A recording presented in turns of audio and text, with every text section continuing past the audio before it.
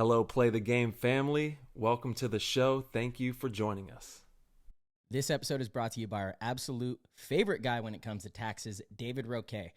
David is an accountant and paintball player from South Florida. He did all of our PTG and personal taxes last year, and I gotta say, David is the man.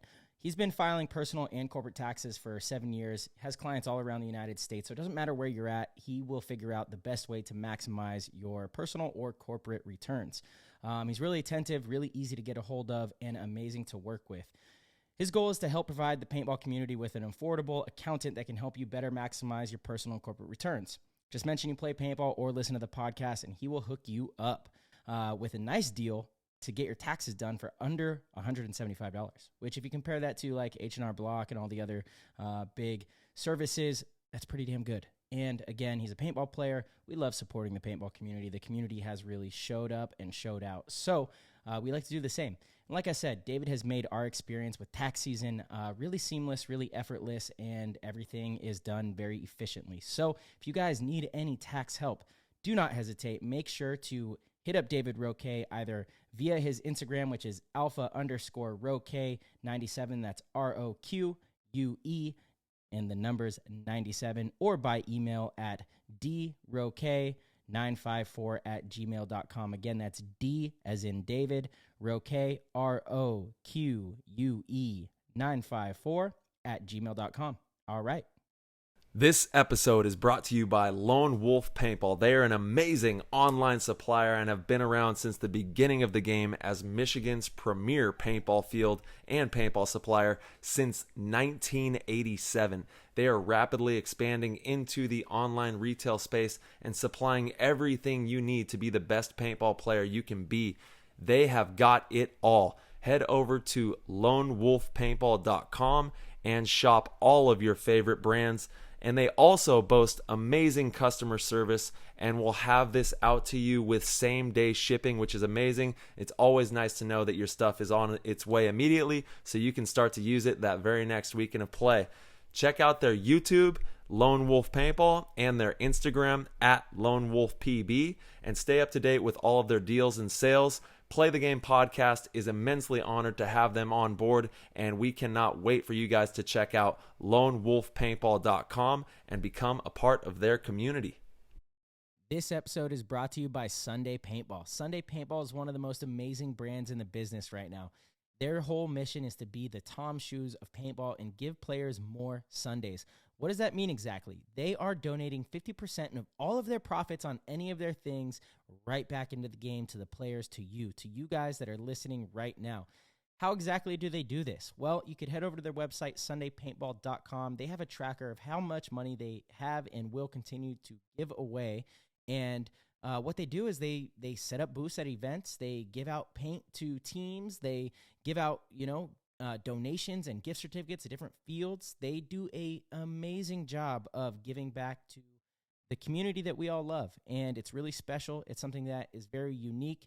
We are incredibly appreciative and supportive of them because their passion is to help grow the sport.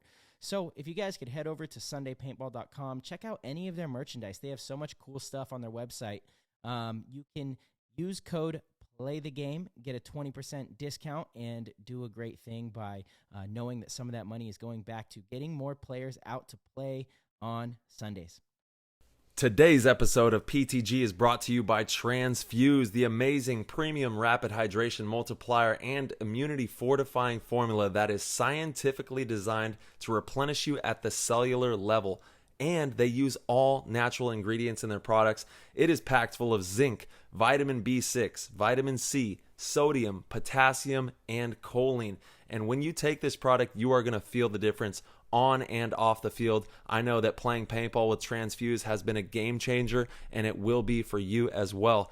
If you head over to translabs.com, that's translabs.com, and use code PLAYTHEGAME, you will get 10% off. And if you subscribe to a monthly delivery service, you get an additional 10% off. So you can take advantage of a total of 20% off on these amazing products. Also, head over to their Instagram at transfuse.official and check them out, and be on the lookout for their new flavors and brain booster nootropics that are coming soon. We absolutely love Transfuse from top to bottom, one of the best companies in the world with the greatest people running it. So head on over and become a part of their community and check them out. What's up, PTG fam? Thank you guys so much for tuning into the show. This episode, we have none other than Archie Montemayor of San Diego Dynasty. Damn, that feels good to say. This episode was an absolute banger. We had surprise call-ins from some amazing guests, and we talked shop on the Sunshine State Open and a lot of the awesome stuff that went down this weekend. It was an exciting weekend in paintball. The NXL is really in a good spot. The new season is upon us. It's here. We're in action, and you guys don't want to miss this episode. So without further ado, I'll see you in the show. That was an insane inside move by Marcelo Margot. Great communication. And the crowd starts chanting Harmon. Great shot by all the guys. So Tyler Harmon saved that game. Came out with 2 wins. Marcelo Margot was on fire. All right, ladies and gentlemen, we're back from the Sunshine State Open. We have Kid Arch on the show. Archie, my brother, what's up, dude? How you doing? What's going on, man? Glad to be here. Dude, welcome. Champs, welcome. Congratulations to both of you. Huge tournament that you both had with Dynasty, winning the Sunshine State Open out there. And a pretty amazing story, with Arch hopping on the team, taking a big dub at the first event of the year. And this is I believe the 4th event win for Dynasty out of 6 events, and the 3rd in a row, which is pretty crazy. 3rd in a row, yep. Yeah. And 4 out of 6, my goodness. And saying something else too that I think Maddie said Maddie had said we had been undefeated in the last 2 tournaments. It's actually been 3. 3 tournaments, 21-0. It's kind of nuts. That's a wild. Yeah, sorry, Archie, you were going to say something. Stat, and again, I know I'd mentioned this the other. No, I was just saying 21 wins in a row is tough, and it's just it's funny because a couple of seasons ago when I went back to back with X Factor, and then we went deep into Sunday at Cup, we had 19 wins in a row, and at the time I think that was the longest streak ever. But maybe I'm a little off, but definitely the longest in a long time. So yeah, I mean, geez, 21, and it looks like we're gonna build up on that a little bit at the next one, hopefully. Yeah, we'll see. Yeah, you guys are balling out. Talk to me about the tournament. Obviously, everyone's on cloud 9, I'm sure. But how was it? How was the event, Archie, being your first event with Dynasty? Talk to me about, the chemistry that you guys are building together. Yeah, I mean, dude, this team is it's obviously a really special team. I mean, I definitely felt like this was pretty much the first weekend I had practiced with the guys that it was definitely confirmed, whether or not the move to Dynasty was the right move for me. Even my fiance, just from hanging out with the guys the first day, she was just like, I totally get why you did this. It makes a lot of sense, and it's a really, really good fit for you. And it just, for her to say that within a few hours of meeting all the guys, obviously I already knew that, but it still makes me feel good because she obviously knows what I'm about and who I'm about, and kind of what I'm looking for. And so, yeah, that was obviously, that meant a lot, but, going to a new team, there's a lot of things that are different, certainly, codes for one, I'm still kind of getting used to those. Obviously the equipment change is a big one for me because I've shot Eclipse for literally 15 years. So kind of getting used to the gun and certainly the codes. I'm still making some mistakes, even on the tournament on Sunday morning. I'm pretty sure I made a couple of wrong, maybe old calls or whatnot, but at the same time, the vibe and the energy and certainly my mindset, I've probably haven't been, this motivated in a long time. And, obviously the results kind of speak for themselves as far as the weekend goes. But yeah, it was just kind of a really emotional weekend for me personally. And I'm sure for a lot of the guys too, there's a lot at stake and definitely a lot kind of that's a part of the story. You know what I mean? But yeah, it was just really, really great event. I can't remember an event that I felt so kind of elated throughout the event, you know, not just on Sunday evening after we had won, you know, like I felt great from day one and pretty much all the way through. So special group, and really happy to be a part of it, and really excited to see what we end up pulling off kind of for the rest of the next few years. Yeah, man, Archie, that's well said, dude. And I think those feelings are reciprocated on both sides. The first practice you came out to, it was just obvious that you were right where you needed to be. That's something that we've also known. We've talked about it before. I think you came on the show after the last time you were on the show. Were you still on X Factor, or did you already come to the team? I kind of forget. I was still on the team. Actually, I had kind of eluded that I wouldn't be playing anymore, right? Oh, that's right. Yeah, and obviously, like, we can kind of get more into it a little bit. And I know I didn't really, obviously, that was before I had made a hard decision on what I was going to do. But at the time, I was really leaning towards not playing at all. And so, obviously, you know, switching to Dynasty, there's definitely, you know, I guess you could talk about that. But yeah, Arch, that was after. Yeah. If you don't mind me asking, what was it that kind of had you maybe wondering whether or not you were going to play this game at the highest level anymore? You're one of the brightest stars in the sport, and something that, you know, the game needs players like you. So if we would have lost you, it would have been definitely catastrophic for just paintball in general, because, you know, of what you bring to the table as a player. So kind of describe what you were going through at that time for us. Yeah, I mean, dude, I think people don't, and I know you guys understand this, but a lot of people don't really realize what we as individuals give up to play this game, like at the highest level, right? Like, yeah, sure, you know, I could probably take it a little easy and not give as much effort, and maybe, you know, scale it back, but that's not really who I am, or what I'm about. And, you know, to be honest, I kind of felt a little over the years taken for granted, you know, to where the effort level that I was putting in, either people were unaware of it on my team or just didn't consider it at all, you know. And, it takes a while to get to the point where you're no longer kind of happy in a situation. You know, this isn't something that happened overnight. It was little things that happened over years, you know. And eventually it just got to the point where I was just kind of like, man, you know, this isn't really filling my cup anymore. And if that's the case, you know, at the same time, I'm a busy guy. I now own like multiple businesses, and I don't, you know, again, if I'm not like, if the juice isn't worth the squeeze, then I'm okay with doing the rest of my life, because honestly, the rest of my life is awesome at, you know, just like paintball right now. Right. But like, again, if I'm not getting the juice I want out of that squeeze, then I'm okay with walking away. I can do that. You know, I've done what I feel like I needed to do in this game. I've left my mark, I think, or certainly one that I'm happy with. And, you know, again, I don't need the game, you know, but I do enjoy it and I love it. And if I feel like I'm in a situation or in a place that I get that kind of reward back, then I think I'm going to be playing for a little while longer. Nice, dude, because we have a lot more to do, a lot more to accomplish. Yeah, we do. I know. We do. For me, I'm incredibly excited. I was a big advocate of getting you over to the Dragon side of things. Obviously, what you bring to the game, both on and off the field, is tremendous value to any team.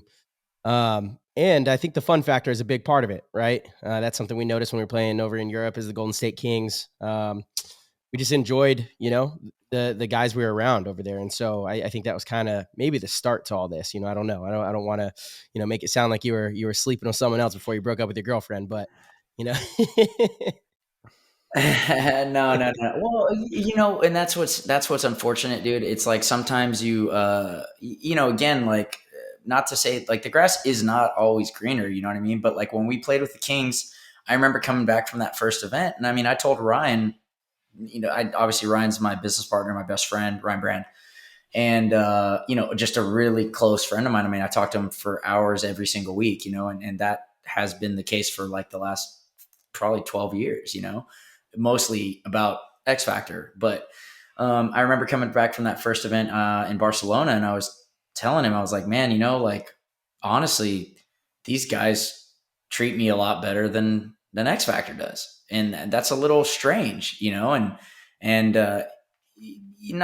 whatever. I mean, it is what it is. And I don't want to like say that, if that team had stuck together for years, shit happens. And over time, you end up, eventually you're going to get into something with someone. Right. And those things end up building up and whatnot. And that's fine and dandy. But that first event really did kind of open my eyes to kind of a different level of fun, at events, and again, just a few months later there, we won Philly and then won Chicago. We went on a tear for a little bit, and don't get me wrong, like those wins were awesome, but even in spite of those wins, like I remember before Chicago, I was talking to Alex, like, Alex, I feel really bad right now, but I don't think I'm supposed to be on this team anymore, and I was sitting with him. I was crying because that's how much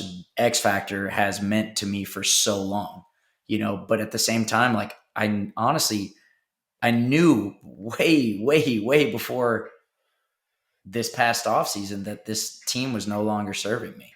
And the reality is I stuck around for the team, and I really, I don't want to say I regret, my decision to stick around, because ultimately it led me to the situation I'm in now, and I'm very happy for that. But yeah, I mean, I knew, I knew it was time, and obviously I stuck around a couple more seasons after that. I think what you're talking about is really important, because a lot of teams go through that kind of stuff, and at the forefront of having a really successful team, like Marcelo said, is the fun factor. And that's what the top teams in the world do, is they have a lot of fun and they play paintball, and you have to have that gusto for life, that zest, that fire, in on and off the field. It's very important for the success of a team. Yeah, I definitely agree with that. And honestly, I feel like I'm not quite, maybe doing the story justice. Like, dude, don't get me wrong, man. Like, I have a blast with the X Factor guys. Those guys are a lot of fun, right? Like, obviously, like I can honestly say, like, this past year, hanging out, we went to Vegas for Billy's bachelor party, and hanging out with all the guys, like that, honestly, I've had a lot of great weekends in Vegas, but that was like one of my fondest memories, certainly in my, just ever, we had such a good time.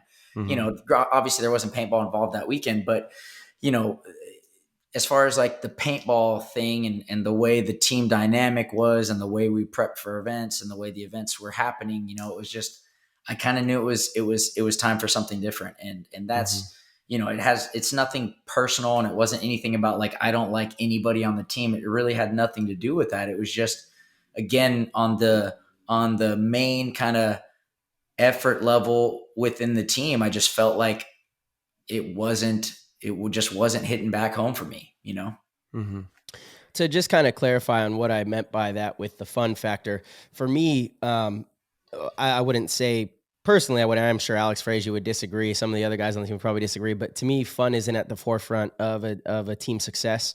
I think fun is an important ingredient to chemistry, and chemistry is at the forefront of a team success for sure. But it's just one ingredient, in my opinion. There's a lot of other things that go into it, Ty, as everyone here understands what that means. A little bit of fun, a lot of hard work, a lot of dedication, a lot of the same mindset, a lot of, appreciation for each other. I think appreciation on a team is massive. If anyone feels underappreciated, it's not a good situation for them, and probably not going to perform as well or want to perform as well for the organization, right?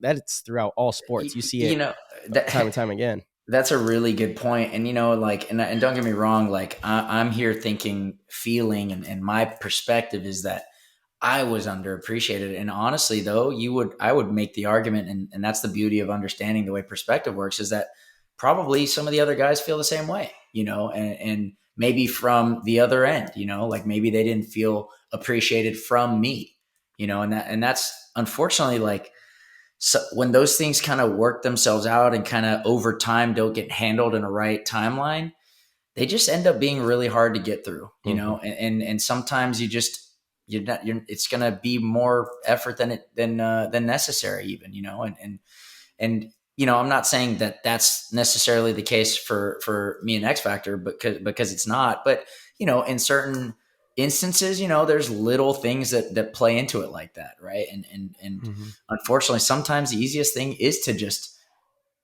do something different, and don't get me wrong. Like, I was given options over there and I just didn't really think that was, the move. So yeah, it was just kind of one of those things, and is what it is. And now we're playing on Dynasty. Shout out to the fiance. We see Hannah in the back. Did she just get out of the sauna or something? No, I don't know what she's grabbing something out of the closet. For all the listeners, is our little office. Yeah, they got a sweet office. Archie has a sauna in his office, which is epic. I think you guys. I had a good little melter this morning, man. I was baking in there. Nice. That's amazing. Yeah. And you also, it looks like you walked home with the trophy. You got the trophy on the YouTube for everybody. You can check that out and see the trophy. It's funny. I don't have that many like trophies. I've got a couple of MVP trophies, but like event win trophies, I might have one from Europe, maybe, but I don't have any X Factor ones because usually the trophy will go to the owner of the team, and in this case, like Alex has a field and a store, so that's where the trophies would go. But yeah, so it's kind of cool. First tournament, got the win. It's my birthday this week. Got to take the trophy. So yeah, it's been a real solid couple of months at this point. Yeah, we had to give the trophy to Archie, man. One, balled out, and again, I think it goes back to just appreciation. Obviously you could have went to any team you wanted to. You chose us. Meant a lot to everybody on the team, and what you came in and the energy that you brought and everything that you have kind of dedicated towards the organization. I mean, it was a no-brainer. And you were the first attacker on the snake side. Pretty sick. Dude, that's honestly what I'm super, super proud about. I mean, at this point in my career, again, I don't feel like I have much to prove, but to win a tournament playing as a snake one, a position I've never actually played at, throughout a tournament, you know what I mean? Yeah. Yeah, it's pretty cool. And, again, like, how many guys can really do that? Play a different position at an elite level and win a tournament. You know what I mean? Like, yeah, it's pretty sick. I'm really, really excited about it. I think it's pretty cool.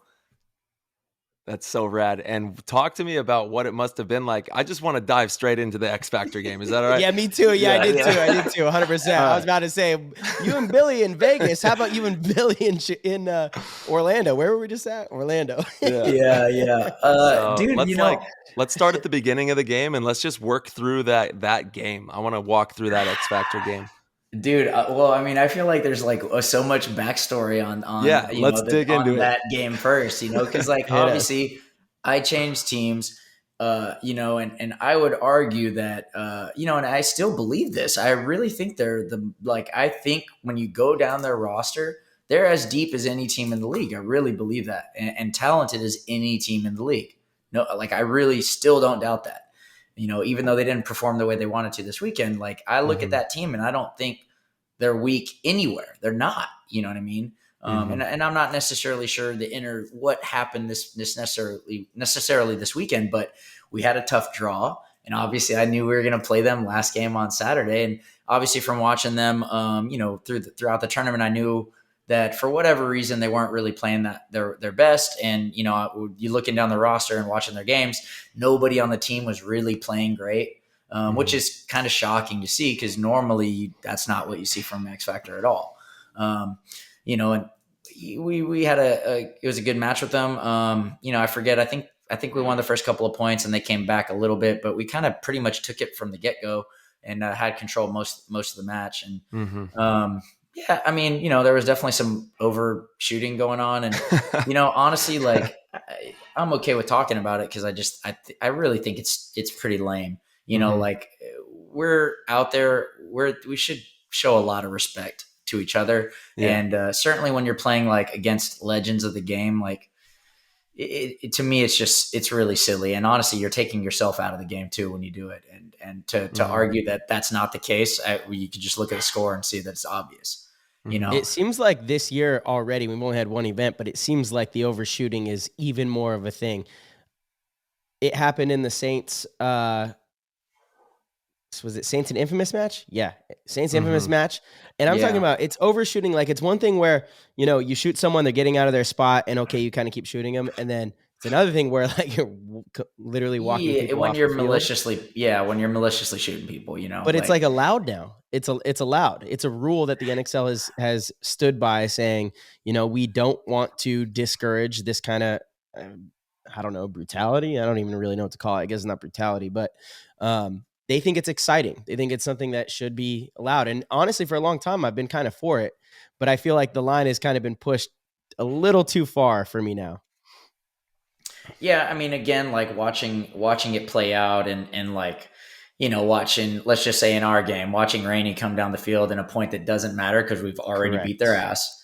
Him just bonus ball or bunker people and just try to shoot them as many times in the head as possible. Like, yeah, dude, I mean, honestly, dude, like our sport is really one really bad injury away from being a laughingstock, you know, or not a laughingstock, but being a poster.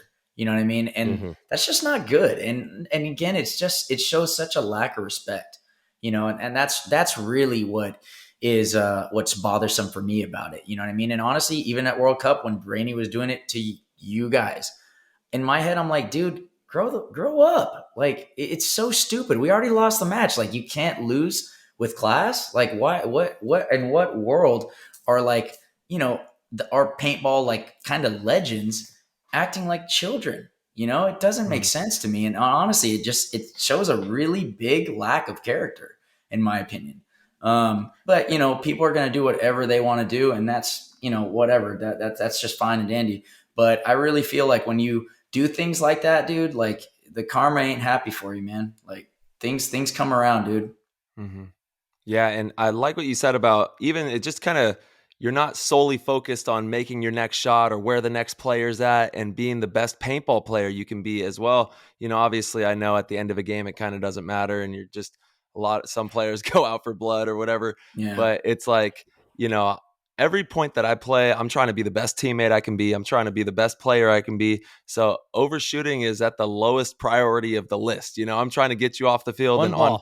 Yeah. You just need one ball on you, dude. On to the next. Yeah, exactly. So it does have, you know, a lot of weight in that regard as well, of just, you know, let's keep it clean. Let's, you know, obviously it is a brutal game that we play, and there is a line there, but we have to keep it classy, San Diego. You know what I'm saying? Like Ron Burgundy, isn't that how you said that best?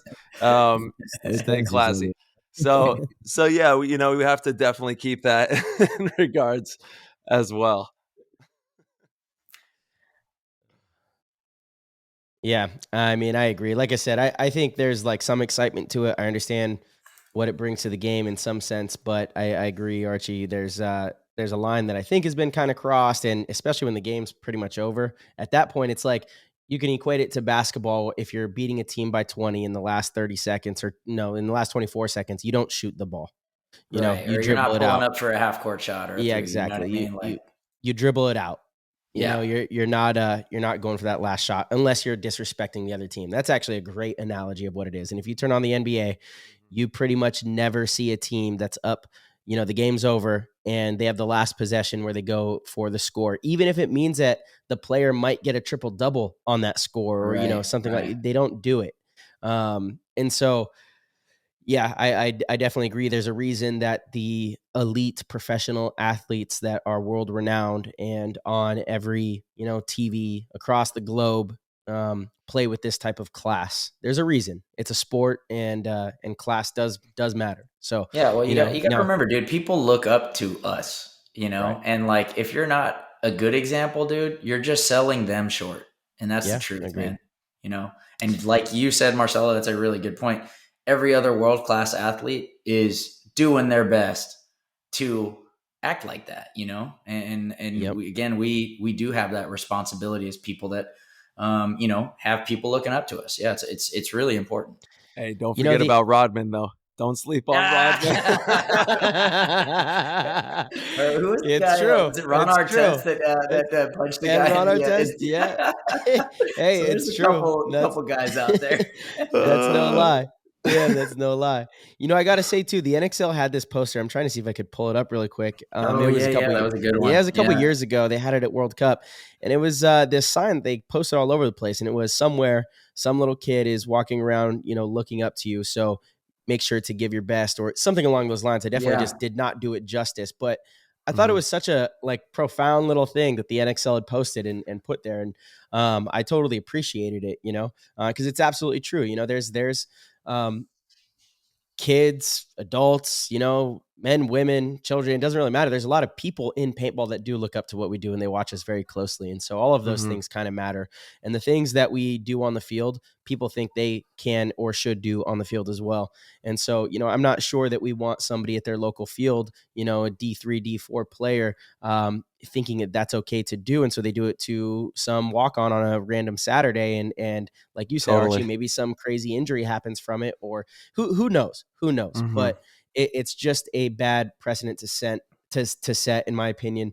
I understand the argument on the other side. I hear Matty Marshall's voice in my head. Well, you know, look at the UFC. It doesn't mean people should go out and fight, but guess what? People do go out and fight because of the UFC, you know? And so, you know, I don't know. We can go both ways on this. For me, I'm just a fan of any like, I don't want to dumb down our sport. I don't want to water it down. I don't want to make it lame by any means, but I think there's plenty of exciting things about our sport without having to take it over that line. Now, again, if we're like in the heat of a match, like a linebacker on an important play, I expect him to take out the quarterback, you know, to the best of his ability. Now, nothing foul, of course, but like, you know, the hardest hit you got. So yeah, in the heat of a match when it's, you know, that kind of thing, like, you know, maybe some of that is warranted. Some of it, right? A little taste, a tasteful little flavor of it.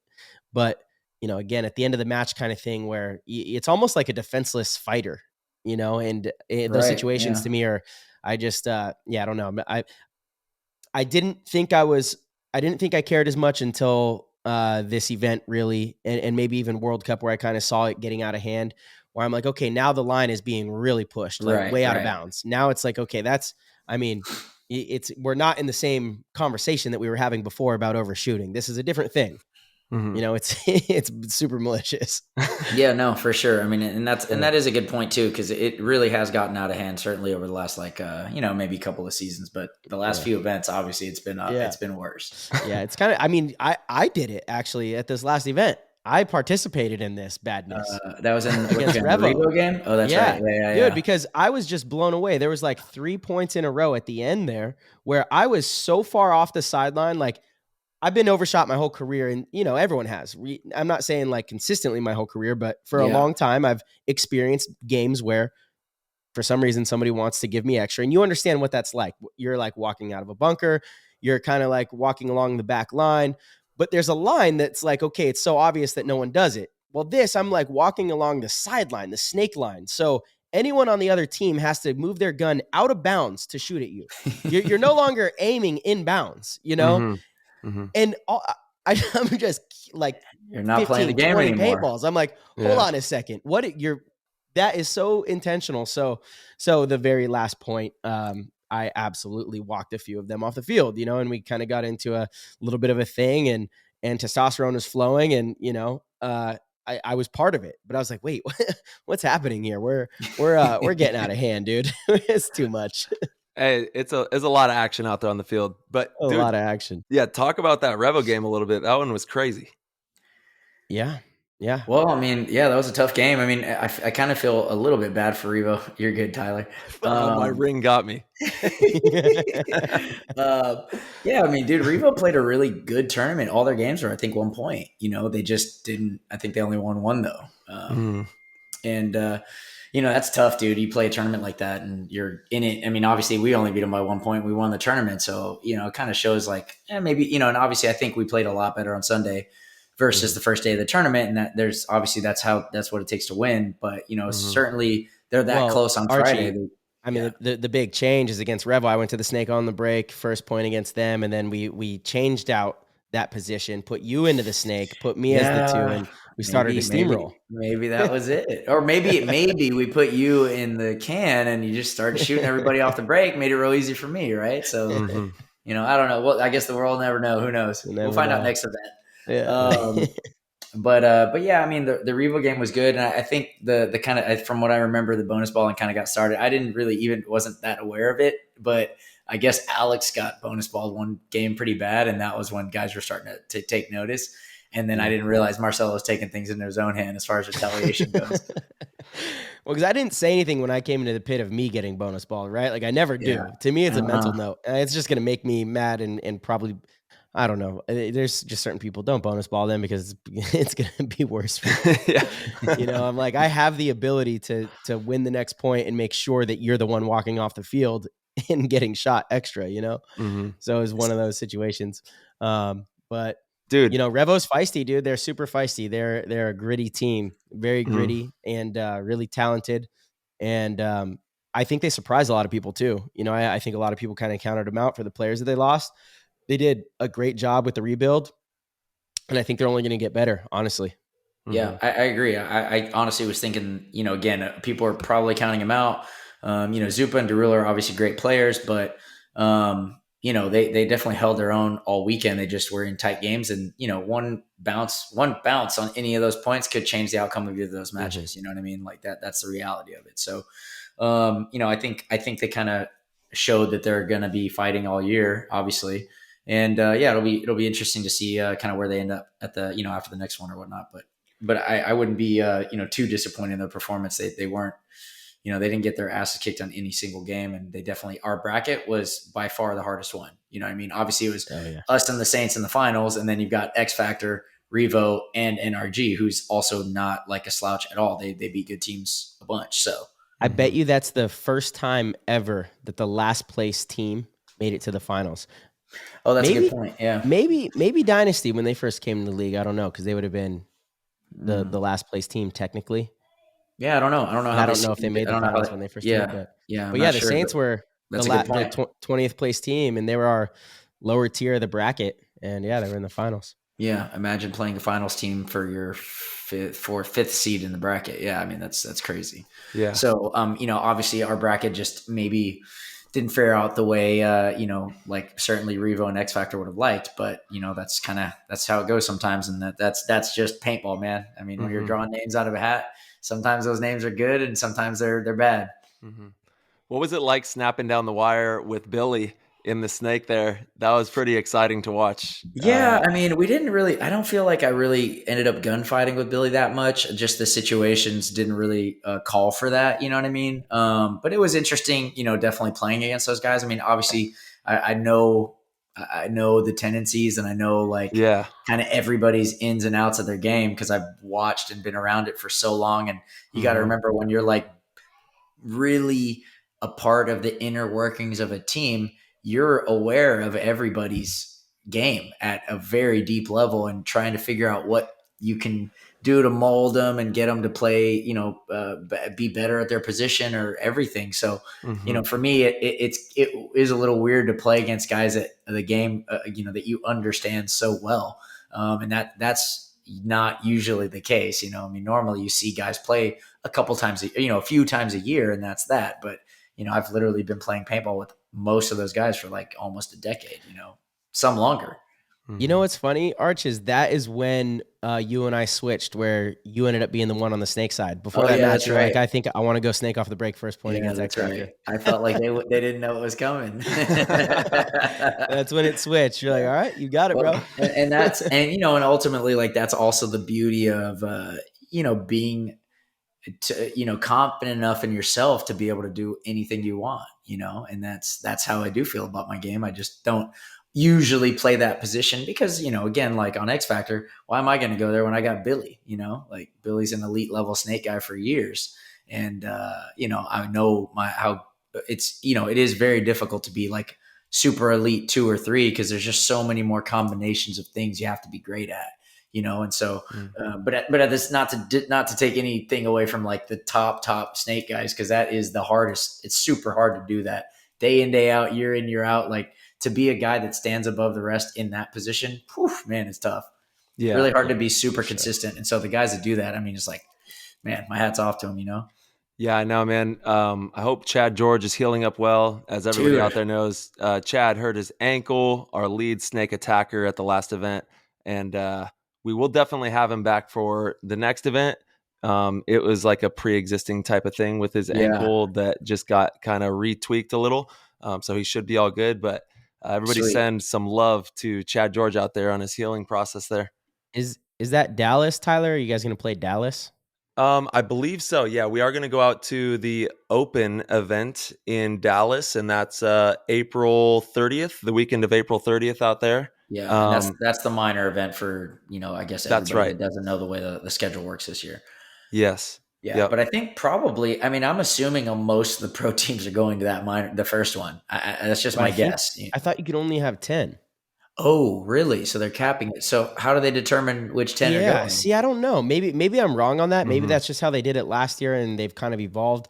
What's crazy to me is that there's talk of like the Super Cup, and we as pro players in the league, that I like to think the three of us are pretty integrated with the league and ownership. The fact that we don't, is there a Super Cup or not? Tyler, do you know? Is there actually a Super Cup happening this year? I do not know. Yeah, To me, that's crazy. To me, that's absolutely crazy. We need to get Tom Cole on the show because back to prize packages. I guess like our check got cut to 8,000. So we got up to the podium at the event and it went from 12,000 to 8,000. And I believe it's because they're taking that money to go to the Super Cup, which is Super Cup is a badass opportunity for, the top 8 teams to go and win like a really big prize. But this is exciting stuff. It should be public knowledge by now. If that's the goal, this should be public. So how don't we know about that? And two, also, like, I mean, if we don't know about it, that means nobody listening to this thing does. Exactly. It's just, I mean, that kind of defeats the purpose of having this badass one-off event that it's like the big shebang. You know what I mean? Like it's meant to be the Super Bowl. Like that's what it's supposed to be. But how does nobody know about this yet? Well, I know they were trying to do it last year, if I'm right. If I'm correct on that. And then, I have not heard any news recently in regards to it. So I will definitely put my ear to the street and see what's going on with that. And we'll have some news on that soon. Yeah. And then the other question about it is like, if you're having an event in February, how does the off season work? I mean, like totally. And especially when there is no off season gets you into the Super Cup. So it's kind of like, whoa, that just is kind of strange, or maybe they're going to, at that point, because again, I don't think the regular season is going to change much. I'm pretty sure the first event's still going to be in March. So is February just going to be like a bloodbath for teams? You know what I mean? Like it just seems really odd.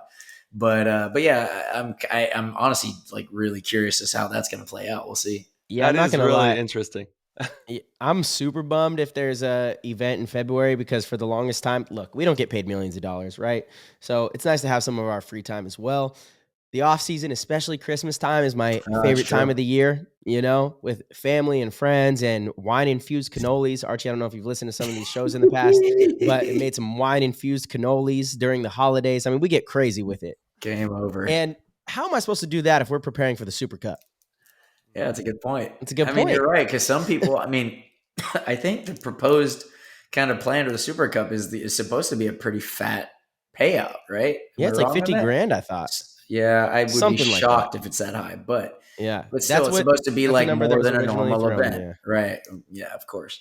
But yeah, I mean, it's just weird. So yeah, some teams are maybe going to take it super serious, and then granted, all of them should probably, but yeah, that does kind of basically mean we're now in a year-round sport, which is worse than baseball, basically. Yeah. It is that, and it is also the off season, which is crazy. It's funny, you saw Mike Hinman, Mark Johnson kind of up in arms about Impact taking Zach Hill, so short before the season, and everyone's proposing these, January 1st, there's a deadline. If you don't switch teams before January 1st, then you can't switch teams. Like all sorts of crazy stuff. Interesting. That would be impossible with this setup. Yeah, with the Super Cup. Yeah. One, I'm not a fan of. For me personally, until there's the stakes aren't high enough.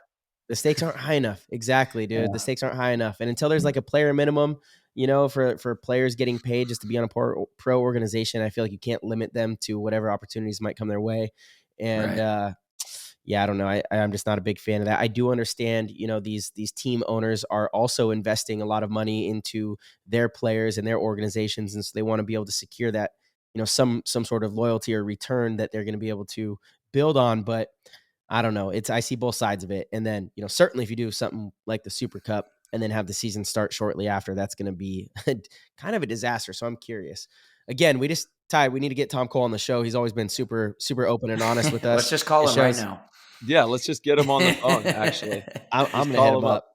I'm going to hit him up. We have the technology to do this. So yeah. And yeah, that would that be a first for the PGG podcast? We have had some callers before. Yeah. Oh, really? Okay. Yeah. I haven't caught those episodes. Yeah, dude. It's Marcelo has this new Megatron device on the desk there that he's able to do a lot. He's got like a little soundboard. We can have callers. Yeah. So he's mixing it up in there. Nice. Yeah. Yeah. So maybe we'll get lucky and get some answers there. And before we move on to like going over the tournament, obviously, Dynasty won pro. I just want to say big ups to all the PTG fam out there who showed up at the tournament. We had New York Wrecking Crew, D3 team, Young Stevie's team, and Marcelo coaches them, who also won out there. So congratulations to all the PTG fam out there as well. That was unbelievable because this team, I've been working with them for about 4 years, but this iteration is basically a complete rebuild last year. A lot of the original New York guys retired or went different ways. They didn't quite, it got to a point where they weren't buying into the program. They didn't want to work as hard as we were working. Right. And, so it was, hey, if you don't want to be part of what the owner wants to do, then that's all good. Go and find a team that you can have fun and enjoy your time with. It's no hard feelings. So during the rebuild, I kind of hand selected a bunch of kids that come through the BKI camp. Young Stevie, who helps us majorly with the Discord. He's a huge part of PTG. Nice. I had gone out and worked with his team in Philadelphia one weekend and got to know Steve real well. Him and one of his teammates at the time, this kid Tanner. And I just kind of started like hand selecting this group of players. We brought them together last year for this last little like OPS regional league. They won the event. We're super excited. And we're like, okay, we're going into the next season with a complete rebuild. I flew out there multiple times this offseason to practice with them in the freezing cold. One of the weekends, they actually flew down to Orlando so we could have good weather, play some semi-pro teams, get good practices. And these kids put in a ton of work. I mean, they truly are doing whatever it takes to, achieve what they want in the game. We have Zoom meetings about the layouts, like all sorts of stuff. And so for them to go in the first event, D3, none of them have won a national event up until this point. They not only do they win, they kicked ass. Like they were the talk of the league. I think they lost 4 points the entire event. Dang. Yeah, and they just went all the way through and totally kicked ass. We're going to get Stevie on the show here towards the end just to kind of chat with him for a minute. But that's awesome. Holy man, I didn't know it was quite like that. And dude, that's fascinating to me because like in the lower division, I imagine like the way I see it is it's so competitive, but also you don't know anything about who you're playing. You know what I mean? There's like it's very hard because also you got to remember like at the lower division, dude, those guys, they'll do anything out there. Like, how do you predict what guys are going to do? You can't. There's no way you could. You know what I mean? Like, that's the one thing that's good about pro for the most part. Like, you know what guys are supposed to do. But down in the other divisions, man, like, you never know what somebody's going to do. You can't plan for everything. Seriously. That's why I think watching divisional paintball is really fun because you're going to get shown some stuff. Yeah, a bunch of aces up the sleeve out there, Hey, you know what? Stevie's ready. We're gonna call Stevie in really quick. Nice. All right, shout out to Young Stevie. And then Dallas Vibe. They won the WNXL as well. So shout out to Dallas Vibe out there. Yeah, they also I'm pretty sure they were I believe that the Heroines were considered like a shoo-in to win the WNXL, right? Yeah. And I think they got knocked out in the semis by Destiny, right? Mm-hmm. And then Destiny played Vibe in the finals. But like I know and granted, like I haven't really seen a lot of the WNXL, but I know the Vibe camp is like they're definitely like about it and they play it fit a lot. And I've seen, you know what I mean? Again, I don't play out there often, but like I know they're out there a lot and I know they're enjoying it and having fun. And I know they've got a couple killers there, so obviously it worked out well for them this weekend. Yes. Major shout out to Dallas Vibe winning the first ever WNXL Pro women's event, which is super awesome. And it was Destiny as well in the finals In the there. final, So yeah, I think big so. ups to them as well. Yeah, I heard Ben Challenger's girl was like a stunner. Oh, yeah. Yeah. She's But, like, really good. they're She got the balling. MVP at the World Cup kind Oh, of nice. exhibition. Oh, Okay, okay, one sec. Guys, I think we have Steve on here. Hold on a second. Did I do this right? Young Can you Stevie hear in the me? building. Yep. Can you guys hear him? Yo, Yes, what's sir. up, Tyler? What's up, Marcelo, Archie? Yo, what's What's good, up, bro? dude? Congrats. Oh, dude, thank you so much. Congrats to you guys. Oh, my God, what a weekend. Yeah, big time. Yeah, amazing weekend. So, Steve, you just kind of got brought up. Tyler brought up Wrecking Crew and young Stevie, of course. And I was letting him know how much work we had put in this offseason and really the buildup and how the team kind of got formulated, how long I'd been working with Wrecking Crew. And then we went through this whole rebuild last year, kind of hand selected you, Tanner, from your team, and a bunch of the kids from the BKI camp and Team USA. How you guys basically lost 4 points all weekend, kicked everybody's butts, which was a huge surprise for everyone's first national event win, which is huge. And yeah, man, it's exciting stuff. You guys were in our pits in the finals, which was super cool.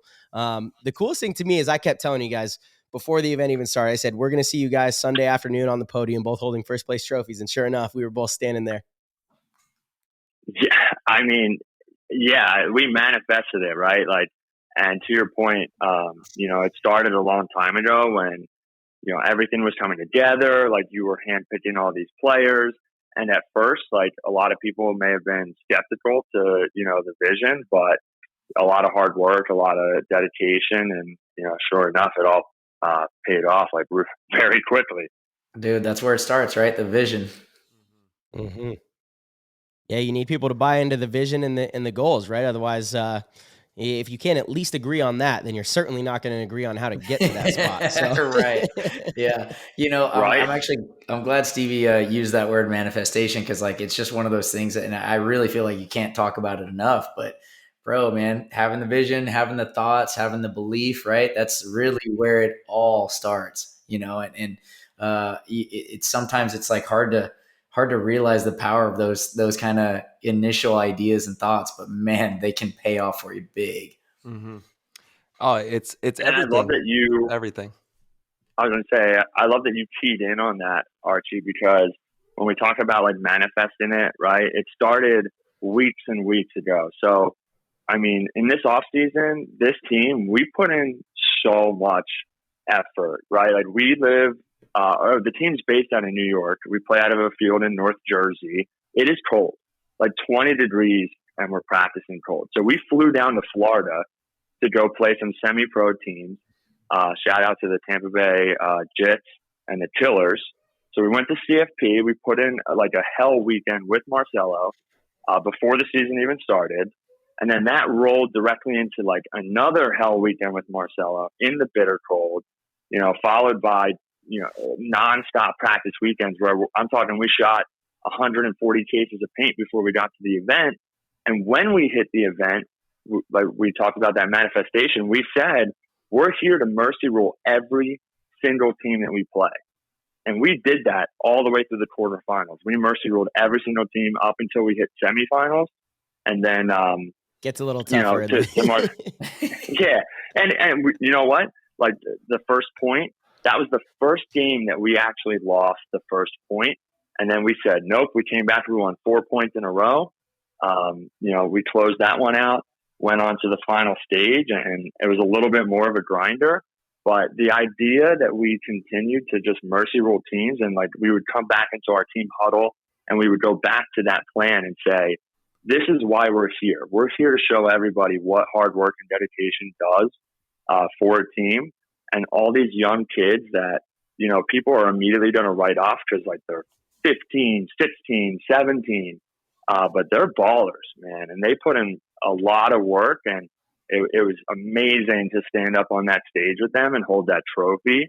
That was my first national win. That was all of their first national win. Let's go. And right. And this team is still so young, and there's so much left that we can do together. So it's pretty incredible to see it happening. Dude, that is so awesome. Congratulations to New York Wrecking Crew and you, young Stevie. Hey, talk to me about how important it is to just be selfless, for your team, and how important that is to winning. And then Archie was wondering, how hard is it to scout these other players out there in the division? Oh, dude. I don't know the joke behind that one. You guys are laughing. I'm sure I'll find out when I watch this tomorrow. But being selfless, honestly, like when it comes to these guys, like I have more faith in what these guys can do.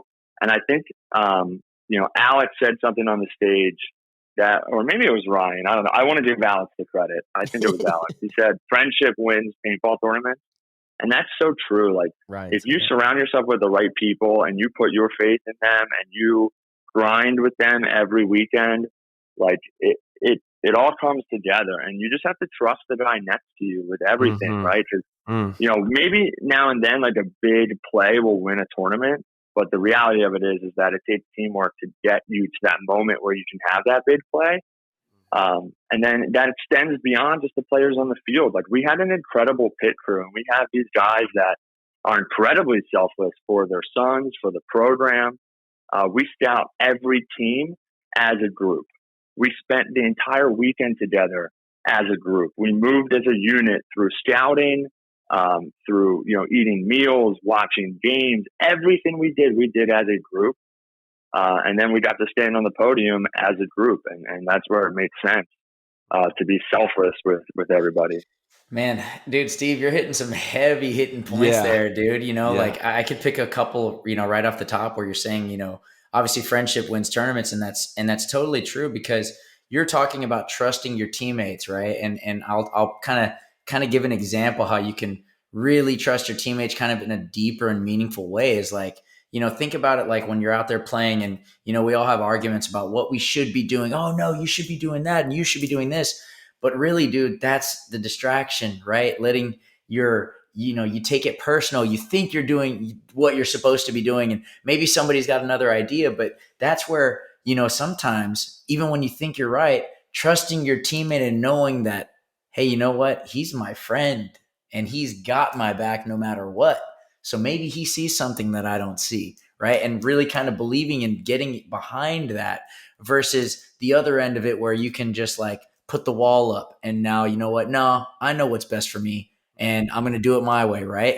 But that's not, that isn't team paintball, you know what I mean? And again, when you do that, you put those walls up, you're missing out on good intel, man. Everybody's got great intel. And the beauty is like kind of checking the ego and accepting all the answers. And then, you know what, when you're out there playing, hopefully you can call on those answers. You know what I mean? But if you put your walls up and all you're getting is the answers you're telling yourself, you're going out there with a not quite of a loaded deck. You know what I mean? And that's a really good point, Stevie. I mean, you brought it up yourself, and that's there's a weight in those words, man. There really is. Mm-hmm. I'll tell you what, I know that you believe what you're saying because you joined a team with Ryan on it. And that takes a lot. You know what the funniest thing about that is like Ryan's probably gonna like maybe I don't know if he actually listens to these or not, but maybe he'll mention this in practice. But Ryan seems to think I've always got his back, which I kind of do. Because a lot of people give him a lot of crap. Oh, he's whatever, And I'm like, man, Ryan's always been kind of nice to me. It's kind of funny, but I'm like, I guess the exception to the rule. No, it's funny. So he's more thinking you always have his back when we're talking about like game philosophy and theory, which is crazy because the conversation before you came to the team, Archie, was like, see, Ryan, even Archie fucking agreed with me. I was the one saying that. Like, no, Archie and I were on the same side over with Golden State Kings. I felt it was way more of that than Ryan's. Yeah, that's crazy fair. ideas. Yeah. That's funny. But I will say, like, even on the Kings, Ryan and I would argue that we worked very effortlessly together, even in conflicting ideas. Mm-hmm. Like that was actually one of the things that I thought we did the like really well over there was for such a short amount of time of being together, we were able to bring the kind of the conglomerate together and mesh and have great sound ideas very quickly with very few arguments. You know what I mean? Like, except for like Saturday at the last event in Amsterdam. Yeah. But that You wasn't have to, Ryan. right? You absolutely have to. Otherwise, especially like that situation we were in, we didn't have weekends of practice leading up to it. It was just the event. So we had a lot to learn in a little amount of time. These other teams had been practicing on the layout. We hadn't played the field at all. We're coming in trying to learn as much as possible in a short amount of time. So it was like, I think everybody on that team bought into, look, let's just try to listen to each other. Yeah. And be efficient with it. Yeah. Yeah. 100%. And obviously that worked out pretty well over there. Stevie, another thing I wanted to talk about, what you brought up, is like kind of how much work you guys put in the off season, and obviously at this point, it paid off. And in the pro division, it's a little bit different because I like to think that most teams are really gearing up to try to really, kind of make a statement at the first event. But like, I know for myself personally, this was a big change for me, and I felt like I had a lot to prove. And I was working my butt off, to say the least. And even a couple of months ago, I remember having this conversation with Hannah, my partner, and one of our close friends that we hang out with a lot. And I was like, I'm not messing around right now. Like this season, I'm not messing around.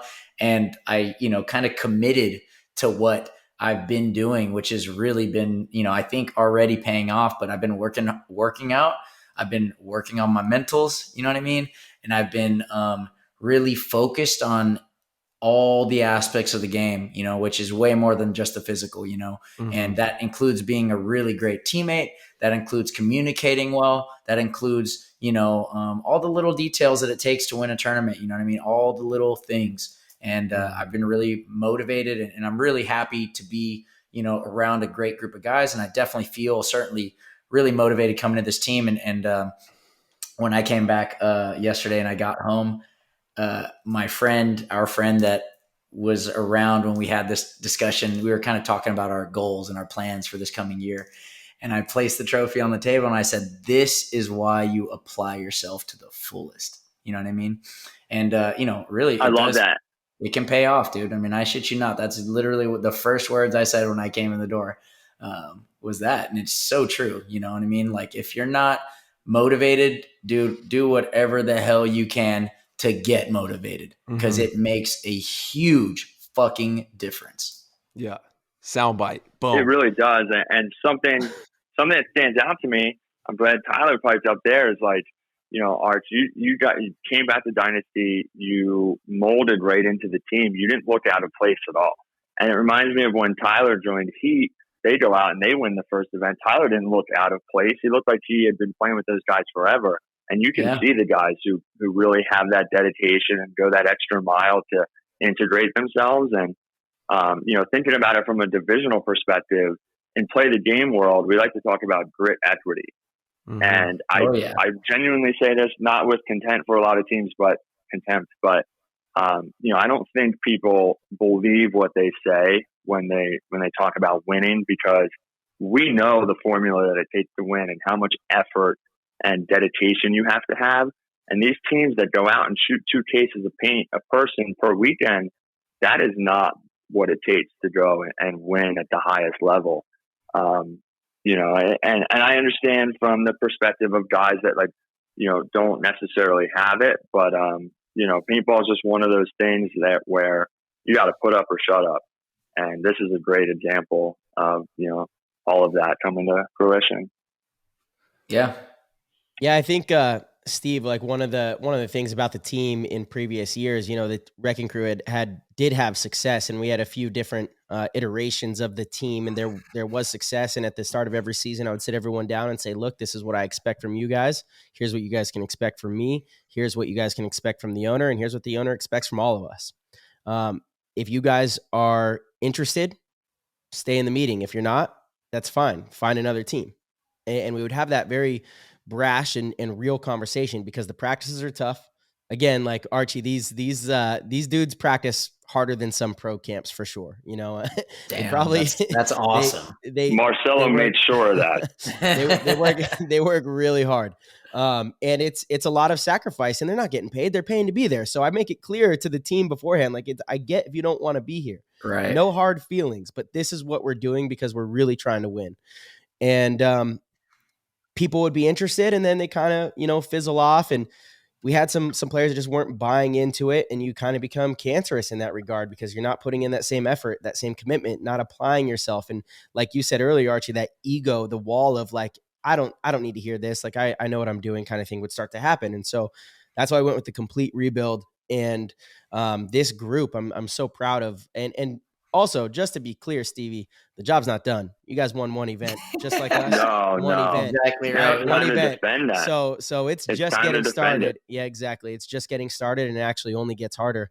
But so proud of like the amount of work and sacrifice that they've put together. And one thing that I do want to ask you, because it's probably one of the most common questions I get from divisional players that are conflicted. I'm sure Archie, Tyler, I'm sure you both have gotten this question quite a bit. And Stevie, you've kind of been in this situation. Pretty much everyone on the team has been in this situation. But a common question that I get is, players that are stuck with a team, an organization with a bunch of their good friends that they care about. But those players around them don't have the same goals as them to do what's necessary to reach certain levels. And I mean, we say that, Archie, Tyler, you guys have gotten these questions, but actually I bet you both have been in this position yourselves and myself as well. What advice do you have, Steve, for players that are in that position where they might be on a team with a bunch of their friends, but it's just not, the team doesn't have the same goals, and say a player wants to reach the highest levels or wants to go pro. How do you navigate that? Man, experiencing it on my own, really, I just have to say that life is too short to hesitate, right? Like this game, it takes so much from you. At the same time, it gives so much back to you that if you're not surrounding yourself with like-minded people, you're doing a major disservice, to what paintball can really do for you. So, being on a team with people who say one thing, but then act a different, way. For example, showing up to practice early before the field opens and we're going to blow up the field and we're going to run drills, and guys are showing up late or guys don't want to run laps. And if you're the guy that's standing there and you're begging everybody to do these things, to take yourself to that next level, to push yourself harder than the teams around you, so just stop. Just don't stop doing it. Stop killing yourself over it. Go out there and find like-minded players who want to be there with you running drills and want to put that extra day in at the field for practice, and they want to watch footage. You don't want to beg your friends, oh my God, please watch this NXL game. Look at, Tyler winning this 2-on-1, see how he plays the bunker, focus on like how you can implement this into your game. And then they show up at practice and they didn't do the homework or they don't know the bunker calls. Like, you're going to drive yourself crazy. Just remove yourself from that situation and, find like-minded people and do it sooner than later, because you will be very thankful that you did it. And it doesn't necessarily mean that you have to like leave your friends that don't want to do that, but surround yourself with people who do want to, be a part of that journey with you, and you can have it all. And then who knows, you might cause a chain reaction where your friend sees y'all having so much fun, working really hard, getting really good. And then now you got 3, 4, 5, 6, 7, 8. Now you got a whole team of people who are like on board, Dude, I mean, honestly, that idea that Steve is just talking about is almost defines like kind of what X Factor is now, like how X Factor became the X Factor that we all know now, one of the most consistent teams in the league. The original reason I left for left for Dynasty the first time, which was in 2009, was because the guys weren't taking it serious. And dude, when I turned pro, I was like, I want to be the best, you know, period. Not just the best on this team or one of the best. Like, I wanted to be the best, and the guys weren't at that same kind of level of wanting to be there with me, right? And so I had to go to Dynasty. And dude, I knew it wasn't going to be a forever thing. I was young and I wasn't near the player I am now or the player I will be, but at the time I was still a pretty good player, and they picked me up. But dude, my number one thing was I'm going to soak as much up as I can. You know what I mean? Like, I'm here because I'm good, but when this thing's over, I'm going to be a master. You know what I mean? And I love that. I love a couple that of so seasons much. later, is when we started assembling X factor to be, again, one of the most consistent teams ever, and that's really You better quite not a be doing that statement. again. I don't know. Coming in There's as a no, spy for a year. totally Hey, different intent this time around. I hear Ryan Brand. He's like, "Hey Archie, you should go over there for a season. Figure out what's working over there, and then bring it back. That's some sneaky Hold shit up. right there. Hold up." Yeah, but in all reality, that's how it played out the last time. And granted, but ultimately, to me, I use my time on Dynasty as an example, right? And I honestly think it's a really great example for anyone in this sport. Dude, if you've got people that are next to you that are really legends, masters, senseis, whatever you want to call it, dude, do yourself a favor and shut up and listen. Shut up and listen, dude. Tear those walls down. Shut up and listen, because you might just get really fucking good. And that's the truth, man. And a lot of people will literally put the blocks right in front of them because they just, whatever. They think they know better. But in all reality, dude, the more you know, the more you know you don't know much. That's the one thing I know. The more knowledge I understand, the more I realize I don't understand. And that is kind of a great place to be, in my opinion. Mm-hmm. Yeah, we had and I think it's also really important to surround yourself with people that challenge you. Because, just hanging out with like-minded people all the time that are just too close to your opinions, too close to all of that, you're never really going to learn unless you push yourself outside of that. And that's another great reason to leave your team, because if you guys think you're great or you're hitting a plateau, challenge yourself with new faces, new ideas, and see what you can learn and what comes of that. I think that's really important. Yeah, that's a good point. What were you going to say, Marcelo? No, I was just going to say we had a fascinating conversation about that in the hotel at the event. Archie and I got to room together this weekend, but it was about how the more that you understand about everything that's going on in the world, I won't get too deep into it, but that whole side of things, the more you realize, honestly, who knows? You can look at almost any subject, and it's so hard to find a real truth at times. It's dude, 100%. So many times I think I know about something, and then an hour and a half on the phone with Marcelo later, and I'm like, oh, wow, I have a totally new perspective. Well, we've never talked for an hour and a half on the phone. Quit lying. Quit threatening people like this. I got receipts. Don't make me. But he's screenshotting those conversations. The point being is that if you just want to talk more than you listen, you're not going to be able to have those learning opportunities. And like I said, you have 2 ears and 1 mouth. So if you just spend more time listening than you do talking, you're going to gain a lot of information and knowledge. And all that being said, Marcelo, you said before, winning one time, I'm hungrier now to win than I was before I actually won, because getting there, it's that's one thing, but now I get to defend that and go back and fight and get it again. Dude, it's a great feeling. I love it. I can't wait. There we go. Dude, Stevie, I love what you said about the listening portion, because that translates onto the paintball field as well. A lot of paintball players are so busy screaming or trying to get their information out that they deafen themselves to all of the important stuff that's actually sitting right on top of them. It's right around them, it's bombarding them, but they can't hear it because they're too busy screaming. And if you just stop for a second and take a breath, I mean, legitimately, just take a big old breath. Yelling 200 over and over and over again. We get it. He's in there, but how do we kill him? How do we get him out of that bunker? Let's talk about that. Exactly. So once you take that breath on the paintball field and all the players start to take a breath and listen to each other, then you're going to see, instead of having one quarterback, you have 3 out there that are starting to say, okay, how do we put this together? How do we make this information better the advantage of our team in winning this point? And then it's going to be a game-changing thing. I think it's so tremendous that we do that on and off the field. Take a breath, listen more than we talk, and try to just, have empathy for the process, because it's such an excruciating process. As we all know, life is definitely challenging, to say the least. But if we take a breath and we, have that empathetic mindset and really care about the process, it's a game changer on and off the field. Yeah, that's well said, Huge Tyler. fact. Yeah, dude, for sure. Stevie, my man, young Stevie. Thank you so much for joining us on the show champ. a little bit, dude. Congrats. Yo, thank you so much. Can I give a shout out real quick, March? Dude. Sure. I guess you can.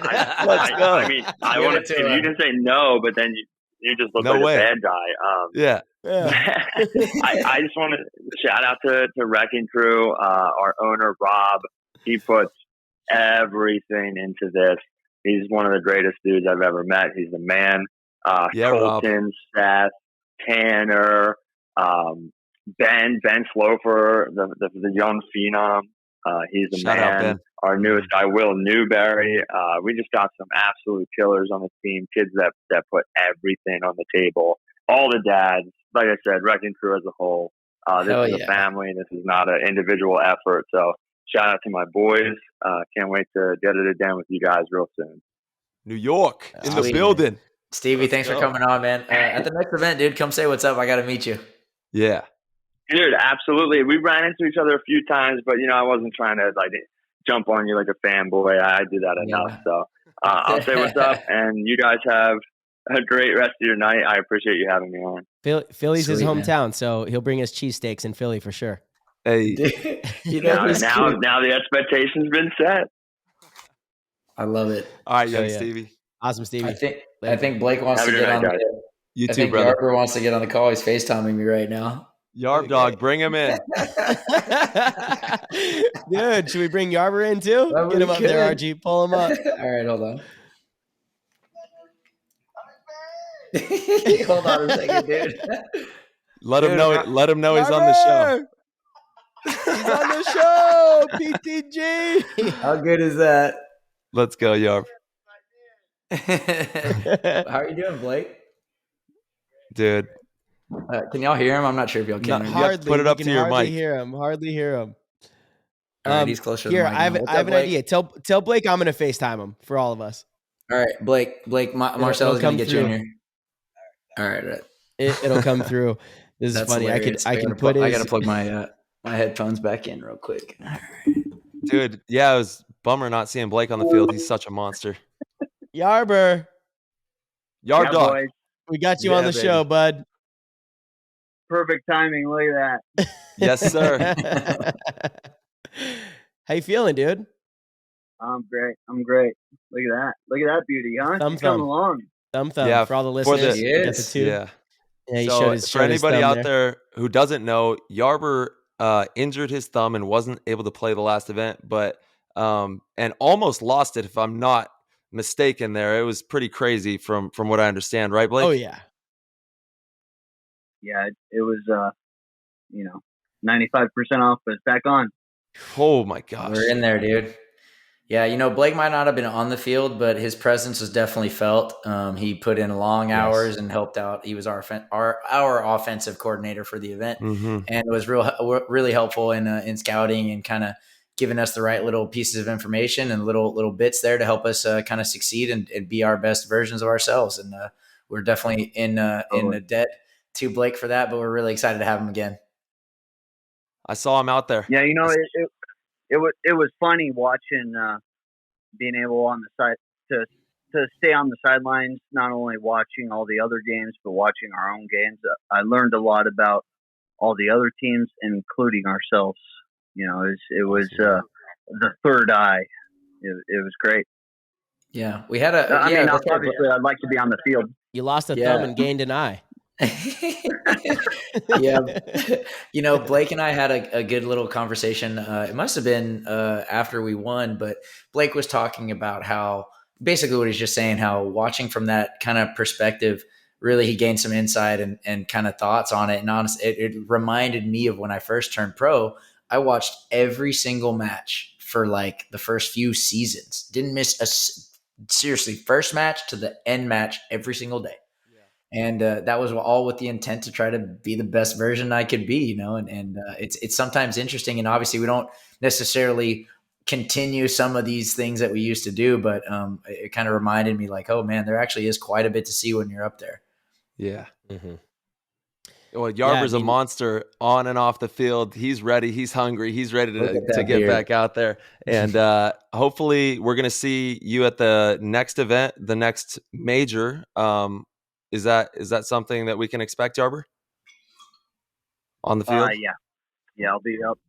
I think the next tournament is the Dallas event, which is the minor, and I should be healthy enough for then. There we go. They said 6 more weeks still healthy, which is Dallas.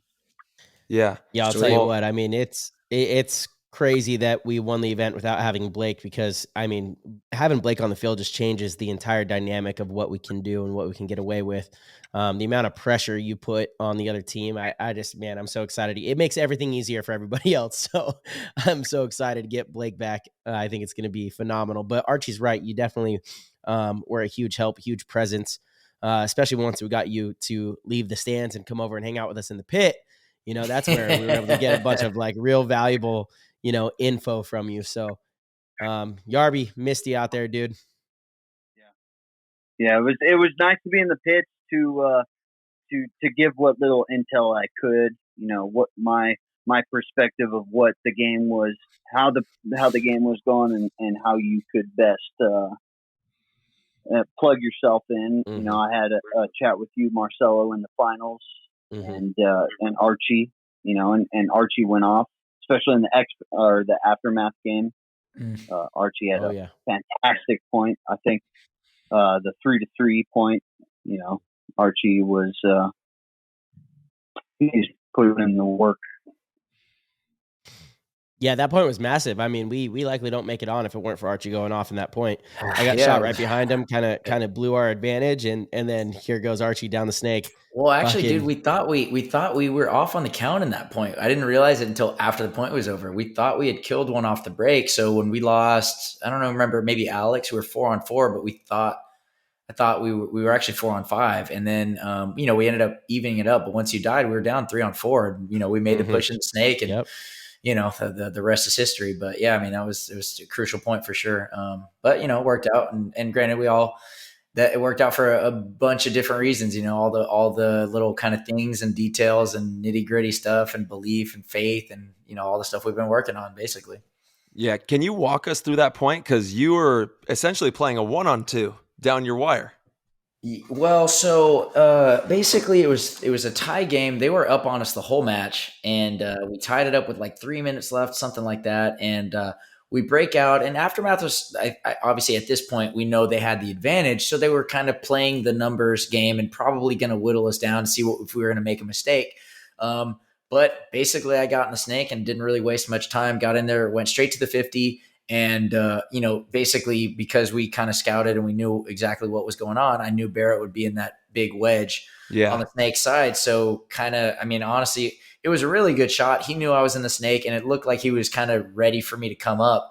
But I came up and just pulled the trigger twice, and both of them connected. And it was honestly, I think it was like, I remember it being one of the faster snapshots I've ever had. Just like, and it was just 2 shots. And I just remember just kind of the deer in the headlights. Like, wow. And I was like, oh yeah, all right, cool. So then once I got that kill, it was kind of like, all right, this point's ours. That's what I was thinking in my head, at least. But they were still kind of set up in the back. I mean, they were at that point, you still had all 4 back spots. So you still got to grind them out and dig them out. And thankfully Dalton kind of took me punching on the snake side to get down the Doritos. And he kind of knew I was protecting over him, and Ryan backed me up in the snake. But we just kind of got the crucial kills there in the last kind of minute or so. And that's all she wrote. Yeah. Dude, legendary. And Yarber, I saw you out there. You were walking the field too before the finals. You were clocked in, and that's what it takes. Everybody putting in that effort to get the job accomplished, and being selfless, and just going above and beyond for that process. Yeah, I was trying to get any intel I could, but honestly, I was just trying to figure out how these guys were making these incredible shots. That shot that Archie's talking about. Ooh, boy! Yeah. It was one of the more memorable shots of my career. I'll say that. It was one of those shots where you hit it and you're like, oh man, that was a good shot. Both of them. That field one force coming in clutch. Dude, that's one of the man, my gun shoots so good. It really does. Like I'm kind of a little bit blown away at this point, Obviously I knew the gear was going to be something to get used to for sure, but like certainly the last few weeks I've been like, man, this thing shoots awesome. And it didn't let me down this weekend. I don't think I broke a single ball in a game. Like I broke one ball chronoing the whole weekend. And I know a lot of teams were having some issues with breaking paint. For sure. Yeah. Yarby. Those aftermath boys were playing good. Mm-hmm. Yes, they were. You're right. Yeah, I mean, we've been talking about, we were talking about teams that, put in that off-season work. And honestly, I think it's a lot less of them that put in the amount of work necessary than, most people think. But Aftermath is not one of those teams. This off-season, they're practicing just about every weekend. They had so many formal practices leading up to the first event. And it shows, it shows. They went into that event gritty, hungry, skilled, prepared. Everything about what they brought to the event was, I love seeing it because obviously Aftermath is near to my heart. It's where I grew up playing. And there's like a culture behind that brand that I really have a lot of appreciation for. And so to see them really live up to it and come out and execute like that. And I mean, honestly, shoot, they almost took us down. It was 3-1, with like, dude, that match was theirs to lose. They were totally winning the whole time until the last 11 seconds of the match. They had it. And I'm sure that was probably a frustrating loss for them, but there's plenty to take away from it, man. They were dominating us early in the match. They placed third. They had a great event. And, again, they're working hard, dude. They're kind of getting that steamroll going, Mm-hmm. Well, one thing that Dynasty does, I'd say arguably better than any other team in the league is situationally playing the game, dependent on what the moment needs. Is when you're up, whether you're down, if it's a tie game, just making really smart decisions at the right time with great teamwork. And that's what it takes. That's at the end of the day, that is exactly what it takes to make sure that even though you're down a couple points, you're going to come back and tie it up and be able to, run away with the game and get to that next round. Yeah, that's crucial. I mean, we had so many different players that stepped up throughout the weekend, and obviously every single person here is a world champion. Everyone sitting at this table right here knows what it takes, and it's crucial to have that throughout an event where, if one person gets shot early, another person's going to pull through, and the next match, the next match, it might be that person that gets shot early and another person's going to pull through. And when you have a team that continuously does that, there's a belief amongst each other that is really hard to penetrate. And it's you can definitely feel it right now in our camp. It's a great thing because it's a belief in each other and the situation, that no matter really what happens out there, we're going to be able to find a way to win the match. Someone's going to tap in. Someone's going to tap in. Yeah. And a lot of that does come down to the IQ. We're fortunate. There's a lot of smart players on the team, even though we have a full dum-dum line. Blake, as captain of the dum-dum line, would you like to explain what the dum-dum line is to the listeners? Well, it's the 5 players that have probably beat up the other 5 players. We might not be smart enough to beat you in real life, but unfortunately, real life sometimes comes to muscle. What? There, he summed it up right there. Gosh, dang it, dude. Anyways, yes, our dum-dum line led by Blake Yarber. It's a fascinating thing. But even with that, like all of our players, we have a team full of high IQ individuals on the field. So I think that's been a strength of ours, being able to really figure out like what we want to do in certain situations, and just having those good conversations. Tyler, you talk about it all the time, right? It's about having those good conversations on and off the field, getting with your team and understanding like if this, then that, if this, then what, that kind of stuff. So, when we had Bob Long on the episode, he was like the godfather of that. It was such an amazing, like to listen to him. Oh yeah. Archie, did you listen to the Bob Long episode by any chance? No, I didn't actually, but that makes sense because I remember him kind of talking about it in Serial Killers too, and I didn't quite make that connection, but yeah, that makes a lot of sense. And certainly like the way he pursued the, being great at the game and the way he coached, like it makes a lot of sense that was kind of something he stood by. Yeah, totally. It was fascinating to hear him talk about how in the woods, the way they would walk the field is they would go to one side and they would say, okay, we want to shoot this bunker. Then they would go to the other side and say, okay, if they're shooting that from that spot, how do we still get into it? Then he would go back to the other side and say, okay, if they try to do it that way, how do we still shoot What it? would we do? Yeah. And he would just do that back and forth until he ran out of answers. So to hear him like break that down on the show of that level of, intellect and process that he's going through was cool. Well, dude, that actually, honestly, it's kind of weird, but that reminds me of whenever I first turned pro, because essentially what I would do after every point of paintball I played, in my head, it was like, okay, let's say I went out there, shot everybody. Well, what would a team do to try to stop what I did? All right. Okay. Well, what would I respond to that with? Right. And I would do, and even no matter what point I played, I'd say, what could I have done better? What could I have done different? If I'd have done it better, what would they have tried to do to stop that? And then what would I have done to respond to that? Right. But you start answering those questions and then you get a lot of answers. And when you have a lot of answers, when you're playing paintball, you got a lot of choices in your head. You know what I mean? You got a lot of things you've thought about already. And so it's a lot easier to make a good move and not a mistake because you've already done the thought processing on it and you're not using your heightened emotions to be making decisions. You're using your heightened emotions to make intuitive, already thought out plans, right? It's a little bit different. So that's honestly 100%. like legitimately how I used to process how to become a better paintball player. Yeah, that's the definition of digging deep right there. You know what I mean? Going the extra mile. You got to dig deep. Yeah. But I mean, honestly, anybody can do it. I could still do it, and any Division 3, 2, 1 semi-pro player could do that. And it's really scary how good you'll get because paintball, for the most part, dude, it's very, it's kind of repetitive. We've all seen the situations before. The bunkers are just in different scenarios.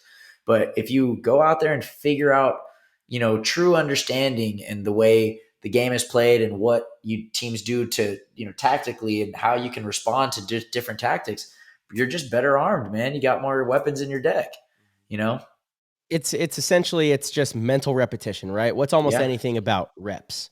Yeah. Right. So when you go through that process where you replay points or you go through situations in your mind and you imagine things, you're getting mental repetitions in that situation. Absolutely. And it's very valuable, right? Something you always say, Archie, is, practice puts the brains in your muscles. Repetitions for physical sports. Well, things that are, a mind game like paintball is, you need those mental repetitions. Yeah, absolutely. Blake doesn't do much of that. He just kind of goes out there and swings. He's winging it.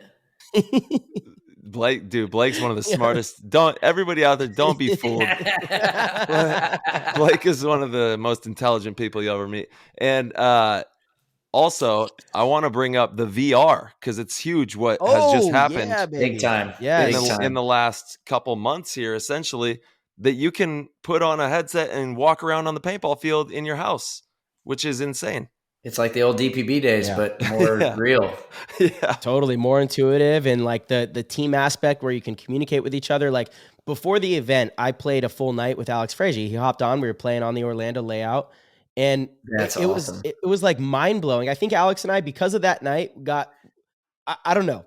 For me personally, I feel like our friendship 10x'd. It was crazy. Like it was so great. It was awesome. It was funny. We were using our team codes. We were like, kind of in similar positions of what we'd done in practice. It was really awesome.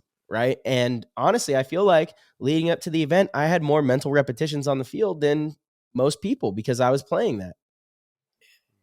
That's a really good point. And granted, like, I was just explaining kind of what I was using to become a better paintball player, but way back before that, it was DPB. And honestly, that's what I felt about it. It's like you're playing paintball, you get to play 100 points in a couple of hours time, right? Like think about how many reps you need at the paintball field to equate to the same amount of games that happen. You know what I mean? Like weeks, a year, maybe, you know what I mean? Like, but you could literally go and see, and you could, you're dead and you just go into third person, you watch a game play out and you see what works and what doesn't and how, like zone control works and all that stuff. And bro, that it's helpful. It really is. Mental Absolutely. reps. Yeah, we got to get you a headset, dude. I know you're denying it, but we got to get you in there. I don't know, man. Alex, actually, I remember when Alex first got his, he was like, I'm buying the whole team headsets. Yeah. I guess he's cooled off on that one a little bit. I guess. I know. Mikey's bummed. Mikey wants one. Oh, yeah. Well, I'll lean into Al a little bit. There we go. Yeah, we got to get one sent over to Yarber, everybody. And we have a PTG team, so you guys can all join the PTG squad. We have like a whole coalition of people in there. Yarber, how's everything out there where you're at? Talk to us about what's going on your side. Yeah, I just got home. It was nice and warm. Woke up this morning, it was snowing, so go figure. Here I thought we were turning the corner towards summer, but I'm still learning. But I'm happy. I went to the physical therapist today for the thumb, and he was really happy with what he saw with my thumb. So I should be on the field soon. Blake, do you mind if can we tell the story like you told us? Because honestly, it's I hate to say it's funny, but like how you ran home and fell in the ice is like kind of Wait, funny. what? No. No. Oh, I love Blake so much. He's like top 10 favorite people in ever, Fuck. I mean, on the planet than that. Yeah, on the planet. Yeah. It's just unbelievable some of the situations you find yourself in. I mean, am I allowed to tell Archie's show? Yeah. This is, it's okay. We're good. Let's go. The floor is open. Yeah. All right. Well, I'd like to give a shout out to my to the newest Dum Dum Squad member. That's Dalton Vanderbilt. Okay. He was looking good out there on the paintball field. Yep. Doing Dum Dum things. Yep. Uh-huh. Yeah. All right. So you want me to tell the tale in its entirety? Just like what happened, so that everybody knows like what happened to your thumb. You don't have to go any, it doesn't have to get super in detail. I'm mostly interested in the listeners hearing how you ran home to Laura and fell. Oh my gosh, dude. With your thumb cut off. So, oh man, I was rigging up my van because I was going to start driving to California for practice with my wife and my two dogs. And I was doing some work on the van. I looked outside the window, and my neighbor was splitting wood. And I went over there to help him because he was doing quite a bit of work, and I was setting up his pieces so that he could split. And I don't know if anybody has split wood before, but when you split the wood, pieces fly everywhere. So I would set up his next piece and step back, and then he would strike it. And then I would set up his next piece, step back. Well, anyways, long story short, I was setting up, I don't know, the 12th piece or 15th piece, whatever it was. And I was looking at the piece as I was setting it up, and all of a sudden my thumb went numb, and I looked at my thumb, and it was, long story short, in rough shape. So I looked at the person who was holding the axe, and I said, "What did you do?" Oh no! And I grabbed my thumb and I started running home, which is about a football field away. And I was rounding the corner into my driveway, and I hit the ice and flat backed right on the ice. Oh my God! Look, I didn't hear that. The worst part is I don't know how this happened, but when I slipped on the ice, every single thing in each pocket flew out. So I had to step up, holding my thumb with one hand, and grab everything out of the ice and throw it in each pocket. And hold on. You went into the ice? Wait, what? Well, no, I was running home and I slipped on the ice. Oh, okay. I thought you went like into the water. Okay, no. No. All right. No, the ice covered the story. Dude. Yeah, RB. Well, dude, I'm just glad to hear that physical therapy is going good. I know your wife's taking care of you. She's amazing. She's cooking delicious meals and making sure you're dialed in. And dude, we cannot wait to see you back out on the field. I hope that you heal up well, brother. Like a dog mom right there.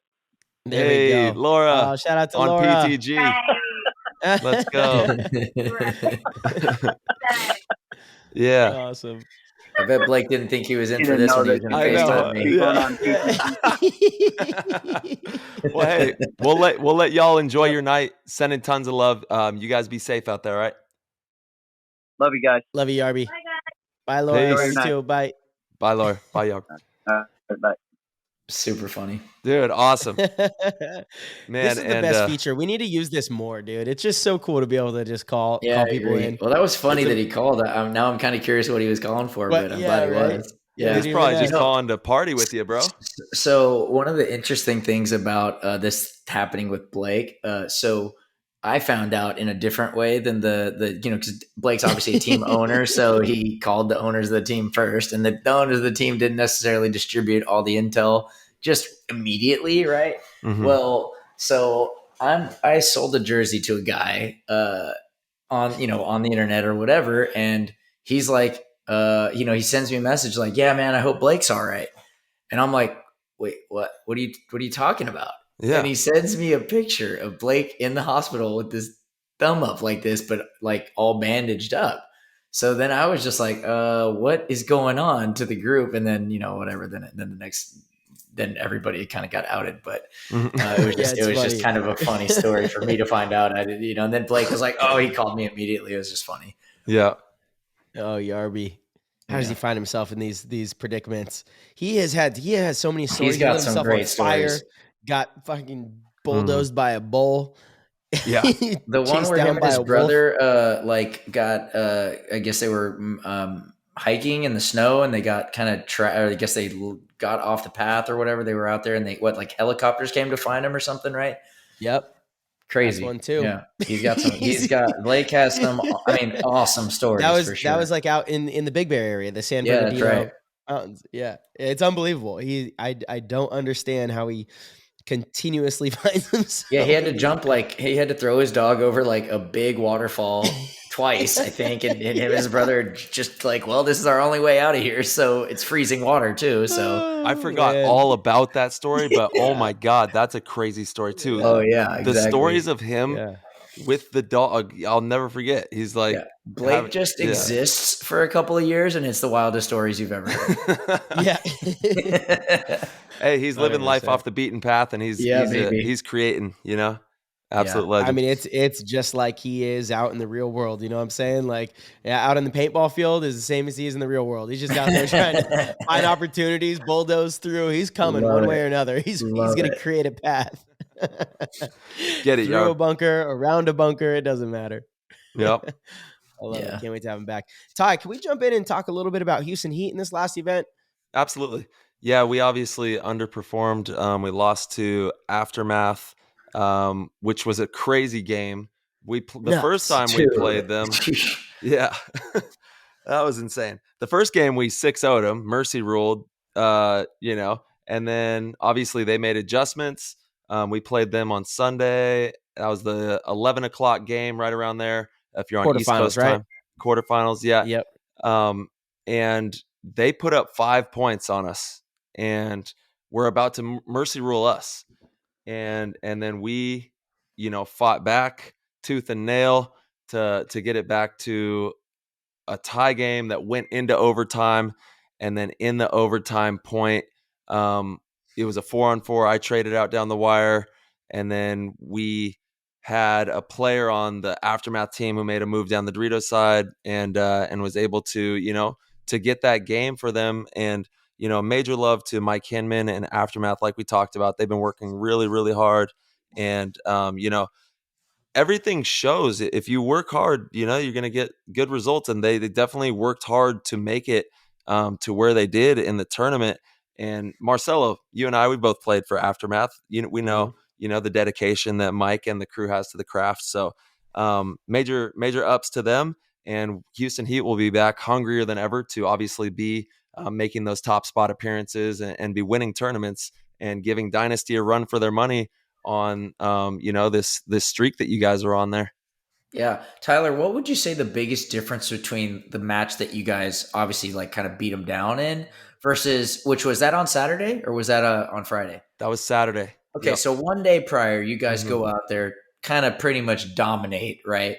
And then the next day, you guys are pretty much punched in the face right off the bat. And granted, I think it showed a lot of resolve that you guys were even able to make it a match. Obviously, going down 5-0, it was kind of crazy because I don't think a team has ever. I don't know if a team has came back from that deficit before. Maybe it was the Impact Russians a couple years ago in Dallas, but I feel like that might have been a 4-point spread. Yeah. But nonetheless, regardless, it doesn't happen often. And you guys came back, and I think it went to overtime, right? Yeah, it did. Yeah. So like, what would you say? Like, obviously they made some adjustments and it definitely worked out for them, but what do you think is like the biggest difference between the two matches? Of course. In the second match, we got shot a little bit more off the break, and I feel like they brought the game to us a little bit more than we brought the game to them initially. And then obviously, we started bringing the game to them. Right. And that field favors that kind of mentality and play. The only way that you win on that paintball field that we played is if you attack on all three fronts. Right. And obviously it's going to be staggered, but it starts with, you got to have middle presence. Then you got to make a move wide somewhere, and that draws the attention that way. And then the awareness switches for your team to get into the snake or to the Doritos or wherever it is. But it's that kind of a field. That's the way that field was designed to play. So the team that did that the best won the tournament.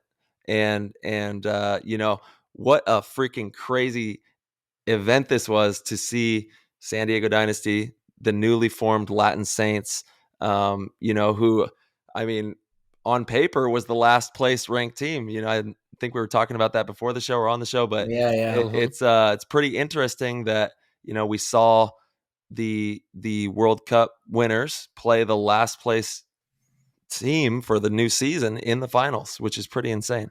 Yeah, one of the things, and I agree with you on talking about how that field played out, you needed to be a master on all three sides in order to really, at the end of a match, say, we took this match down. Because the teams that, and that's one of the things that I think our team nailed by certainly by Sunday afternoon, dude. You couldn't sleep on any side, whether it was the middle, Doritos, or the snake. And honestly, all the other teams we played were usually heavy on one of those three, and definitely not hitting on all three. And thankfully we were just deep enough to have a little, a little better understanding of how to really attack on all three fronts. And when we needed to, we were able to do it. I mean, when we needed to, Dalton or Alex got down the Doritos. When we needed it, Mikey or myself got down the snake. And when we needed it, Ryan would get down the middle, or Marcelo down the snake too, So it just paid off really understanding that field. And it was a tricky one. It was a doozy for sure. There's a lot of stuff you really couldn't protect everything. And that's really where mastering the attack on all three of those, it's like they can't cover all the zones. So what are you going to do? If we can hit them all everywhere, you're going to be guessing all the time. Yeah. Hey, congrats, Marsh, MVP of the finals, and to Greenspan as well, the event MVP out there. It was a wild field. That was a really, really fun field to play. I know that, we lost to Aftermath, but it was just so marginal and like, damn, man, that field was so much fun. I wanted to see that next round and obviously play you guys on that field. It would have been a great match. That's for sure. I know. Jason has done an amazing job with these fields. He really has. I think Archie has a little difference of an opinion, which is good. Like I like Archie's conversation about this. I used to feel the same way, that there's too many bunkers, but I've found a 7-man presence in the way these fields are kind of laid out that I enjoy. And what I mean by that is, they're faster and a little more chaotic. 7-man was a little more methodical and you could hold lanes a little better, but just the variables. There's so many more variables now than there were, 5-6 years ago when it was the wall and the A. It's such a different game to where you can take so many different routes and get creative with things. I've enjoyed it. They've been fun. I see the argument on the other side. There's so many bunkers that, it is kind of a bummer when you play what on paper should be one of the lower end teams and they could just kind of close their eyes and run to the 50 and get 3 or 4 kills. Is that really a lot of skill? Does that take a lot of mastery? Does that take a lot of, talent? I don't know. I maybe if you're on the other end of it, or if you get beat by one of those teams, you say no. But at the same time, like, shoot, we could do that too. The experienced guys can do that too. Yeah, I think, I mean, you're definitely hitting on some of the points that I allude or talk about whenever I'm talking about field layouts, and that, yes, there's definitely some, that's a perfect example, or like, that's kind of like the devil's advocate where you're playing a terrible team, or let's say we're playing a D3 team, right? And we're dynasty. If those guys want to have success, they're probably just going to run everywhere on us, right? And on a field like where there's pins everywhere and pillows at the 50, it's kind of can be easy to do that, and they might be rewarded with some free kills just for making it, right? So does that make them better or worse? Whatever, it doesn't really matter. But at the same time, you've got 20 of the best teams in the world filled with 200 of the best players in the world, and they're all trying to figure out how to be better than the next team. And what is cool about it is that forces you, no matter what your skill level, and even if some of your skills are going to have to left behind, you still got to figure out what's going to be best on this field, right? Got to adapt. That in itself is a challenge, and that's what's going to naturally bring cream to the top. So, it was a fun weekend, a tough field, and I remember I like bringing cream to the crop. Yeah. I do remember though. I mean, the practice we had with Impact and DMG, I wouldn't say we had our best weekend, but we learned a lot from it. Right. And we used that to propel us to understand the way this field played out a little bit better. And at the end of the tournament, it obviously paid off well for us. Mm-hmm. Yeah. Absolutely. I mean, before we get into, we have a bunch of questions that the PTG Discord chat community has a lot of love to show for you. And I just want to kind of walk through that Saints game, the finals game, and then we'll hop into some Discord questions here. What was that game like for you? First event with Dynasty, playing the newly formed Latin Saints, who is obviously no slouch. They made it all the way to the finals, and they have a star-studded roster. What was that event finals like for you? I mean, for me personally, my kind of philosophy on matches is that it's another game. To try to make more of a game out of it is to me just a kind of an emotional disservice to myself. So for me, it's another match. And I'm gonna be out there doing my best to play my best ball. And that's basically reading situations and making, being creative and making the right plays count when they need to, you know what I mean? But obviously you got a team like that. We kind of knew they were leaning pretty heavily on Mouse and the Snake. And obviously we had a great match off the break. I feel like I think I got shot a couple of times off the break. And thankfully, I think at least one of those, he came off with me. So it's like, all right, sweet, no big deal. And we just played really deep through our roster, man. And ultimately we didn't make that many mistakes. We got the lead early. We kind of kept pushing on them. We didn't slow down. And we almost played a mistake-free match. We might have maybe given away 1 point. But we honestly were fixing a lot of the problems or deficiencies. Some of the things we had made mistakes on earlier in the event were at that point by the time that match came around, we were nailing them. We actually hadn't won a one-on-one, I think, until that final match, right? Am I right on that, Marcelo? I won one against Colt in the X Factor match, but that was the first one. Okay. And that was when you were like, way to win a one-on-one. Yeah, that was the first one. Yeah, we won 2 1-1s because we lost a bunch. Lost like 3 or 4 the day before. In the first 3 matches, which it's kind of crazy to think about because if we'd have won all those, then we would have really been cruising. Totally. But like I said, we just went out there. We played a really sound game. We hit our shots. We understood our opponent, and we didn't make mistakes. And when you do that, it's really tough to beat that kind of squad. And I mean, it was a great match. Obviously, they played a good game. Unfortunately, they had some paint issues earlier in the match. I know Marcelo pulled out a really big point. It was a 2-on-1. J-Rab and Kyle both in the Snake, both shredding paint. And honestly, he won the 2-on-1 and grinded a lot of the clock down. So kind of after that point, it was like, well, you guys don't have that much time now. So once we got a good lead on him, it was kind of put the ball in their court. And thankfully we have a really seasoned team. We're able to kind of squeeze it out. Yeah. Marsh, talk to me about that 2-on-1 situation there. Did you know that Kyle, his gun was down, you kind of must have sensed something was wrong. I just thought he was out of paint because everyone says these guys' guns were down. They were fucking shooting paint at me. Like paint was coming at my bunker. You know, like I was seeing paint come to where if I would have stayed exposed, I would have gotten shot. So, you know, I saw J-Rab was squeegeeing. Obviously, I've watched webcast since. I think they did break a couple balls. I think, I don't know what was going on with Kyle's, but I mean, these guys were gunfighting with me. So what I thought, first of all, the J-Rab thing happened quick. I realized it was a 2-on-1 and they were both in a straight line. So that's like best case scenario. If you're in a 2-on-1 situation and you're the one, I don't have to worry about my bunker getting smaller and having to go back and forth. I could basically, which is what I did. I stood over the top and kept shooting my gun, kind of try to dominate both of them until I could get a quick kill. That was my goal. Made a great shot on J-Rab, and you know, maybe he wasn't shooting straight, not quite sure. But with Kyle, once it became into that into a 1-on-1, I was like, okay, this is perfect. I looked up at the clock, and you could see in the webcast, I kept looking at the clock. He's got to come into my gun. I knew that I was not going to get shot, period. I was going to make sure that no matter what, I dodged paint, and if I get a ball on him, that's amazing. But at the worst, we're going to trade. Was going to try to kill as much time as I could. And so what I had thought about his gun is that he was low on paint, because I was low on paint too. And he was only shooting like a couple every now and then. So I just figured we were both low on paint. Kind of funny. I had a full loader and I started playing the 1-ball game. So he would think I was lower on paint than I was. Little free tip for everybody out there. Pro tip. Shout out Dalton Vanderbilt. Also, yeah, I want to make a point of what you just said about you were not going to lose. You were going to milk the time. At the very worst, he's going to have to come bunker you or do something like that to get you off the field. So it's playing the game at the finest right there.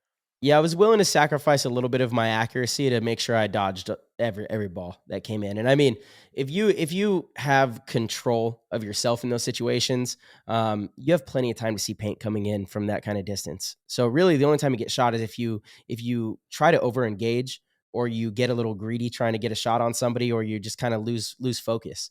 But if you stay focused, I mean, you can dodge. Like if you have somebody go down to the other end of the field and you're standing there with no bunkers in between you and they shoot at you, you have plenty of time to get out of the way of that ball. And if you do that in practice, you know, people do that. It's a drill called dodgeball. You realize like, wait a second, I can dodge more of these than I think. So that was my thought process is I'm just not going to get shot first and foremost. And then, you know, if he comes close and trade, cool. But I'm going to get a ball on him. And I kind of like, I don't know, I felt like I had lured him into a situation where I understood the tendencies in his snap shooting and the rhythm and cadence in which he was going to. So when he came in, and as soon as he engaged with me on the inside, I knew he was going to the outside. I knew I'd only have a couple seconds because I figured as soon as he went outside and didn't see me looking for him, because I had consistently been looking for him, he would know, which he did. You can see in the video, he like turns back like, oh shit, I think I lost him, but it was too late by then because you make the move fast. And was able to get the shot on him. It was huge, you know. For me, that was a big moment. It was really fun too. It was a fun point. That was a huge point, obviously. You know, coming in. I mean, at that point, we're up to nothing. Half the match is already done, you know, and then, you know, again, it kind of just puts the match in reachable distance for us to put away, you know, even with a lot of time left. Yeah, totally. Yeah, that was like, I think a 4-minute point, brought it down to, I think we had 8 minutes to go, and then we win the next point to go up 3-0. And I feel like that was also a long point because I think when we were up 3-0, there was only like 3:40 on the clock. I feel like that's when they mounted their comeback. Is that right? Yeah. Yeah, I think something you're right. Like it was all towards the end. Yeah. Yeah. And we still, I think we squeezed off a point. Two points. Okay. 2 at the end. That's right. What was it? 5? Was it 5-2? 5-2. Yeah.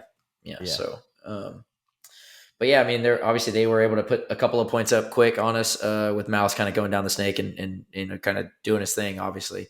And that's one of those things, dude. It really pays to hit your shots, you know. And you got a guy like Mouse or Billy or Chad. You know, those guys are just super quick, and they know if you give it to them, man, they'll take it and they'll make you pay big time. Yeah. If you don't shoot Mouse off the break and he's running and shooting around the corner into the snake, your team's fucked. I mean, period. Yeah, it's like, true. It's true. It's 100% true. Like it's you know, he's gotten to that level, and Billy is also one of those that can do that. But I honestly put Mouse kind of above that. If you let Mouse do that and he gets a rhythm going and he gets comfortable running and shooting to one of those far spots, the decisions he makes after that are so much more lethal. Like his confidence gets going, and he's really one of the more unstoppable players when he gets into that rhythm. So you have to shoot him, and if you do shoot him enough times off the break, it kind of messes with that confidence, and it makes him second guess. You got to have him questioning it. Yeah, exactly right. Sure. And you're totally right, because he's one of the only players that can, when he gets going, it doesn't matter what else you're doing. Like it doesn't. If he's doing his thing, it doesn't matter what you do. Mm-hmm. So that's why you got to shoot him early. That's why you got to shoot him. Put the ball on him. We did that. Yeah, we did that. Oh man. Love Mouse. Shout out to really their whole team. I thought it was really cool too that the Latin dudes actually played really good. Dude, when they got spins, you're right. You would actually argue, I mean, in the prelims, I would actually argue those guys might have won like a very close percentage of the points as their kind of like stunner line did. They won a lot of points. And they even like, even some of the points they didn't win, they really kind of maybe lost a few points that they should have won for sure. So it'll be interesting to see, like how much better those guys get being surrounded by a bunch of like really solid talent, Oh, absolutely. Dude, I agree. Yeah. It was cool to see. You love to see that, right? You love to see that they're not just running the superstar line. They're also giving, the OG squad some spins. And that's the only way that team is going to grow as an organization, right? You got to make sure everyone's getting those reps. Yeah, that's a really valuable point. You're right. I mean, you can't just lean on a short roster all the time. And again, like what's the point of having those guys if we're not going to get them spins when you can get them, totally. You know what I mean? And, so it'll be interesting to see, but I mean, you could definitely see, and what's good about the Latin squad the Latin portion of their squad is they're pretty aggressive. Like they like punching. So, I mean, that probably will do well for them. Yeah. Even I see them integrating some of those players in with the, American squad, and that working really well too. Silos played phenomenal as well. Got to give him a major shout out. Silos played lights out over on that Dorito side. He won the starting position over Corey, which isn't easy to do. Corey's an amazing player, and he was dynamite on Sunday. He was a huge threat, just attacked relentlessly, got into those good spots, got a lot of kills, a lot of production, took a lot of pressure off of the Snake side, I thought he played very well. Yeah, and Kyle was over there on the Doritos too, which is, you don't see that all the time, which was cool to see. Kyle going down the Doritos. Yeah, speaking of Sam Monville, for you guys, played out of his mind. Dude, yes, he did. He was feasting out there. Feasting. Yes, he did. Yeah. I mean, on Friday, I was like, he's the best player in the world.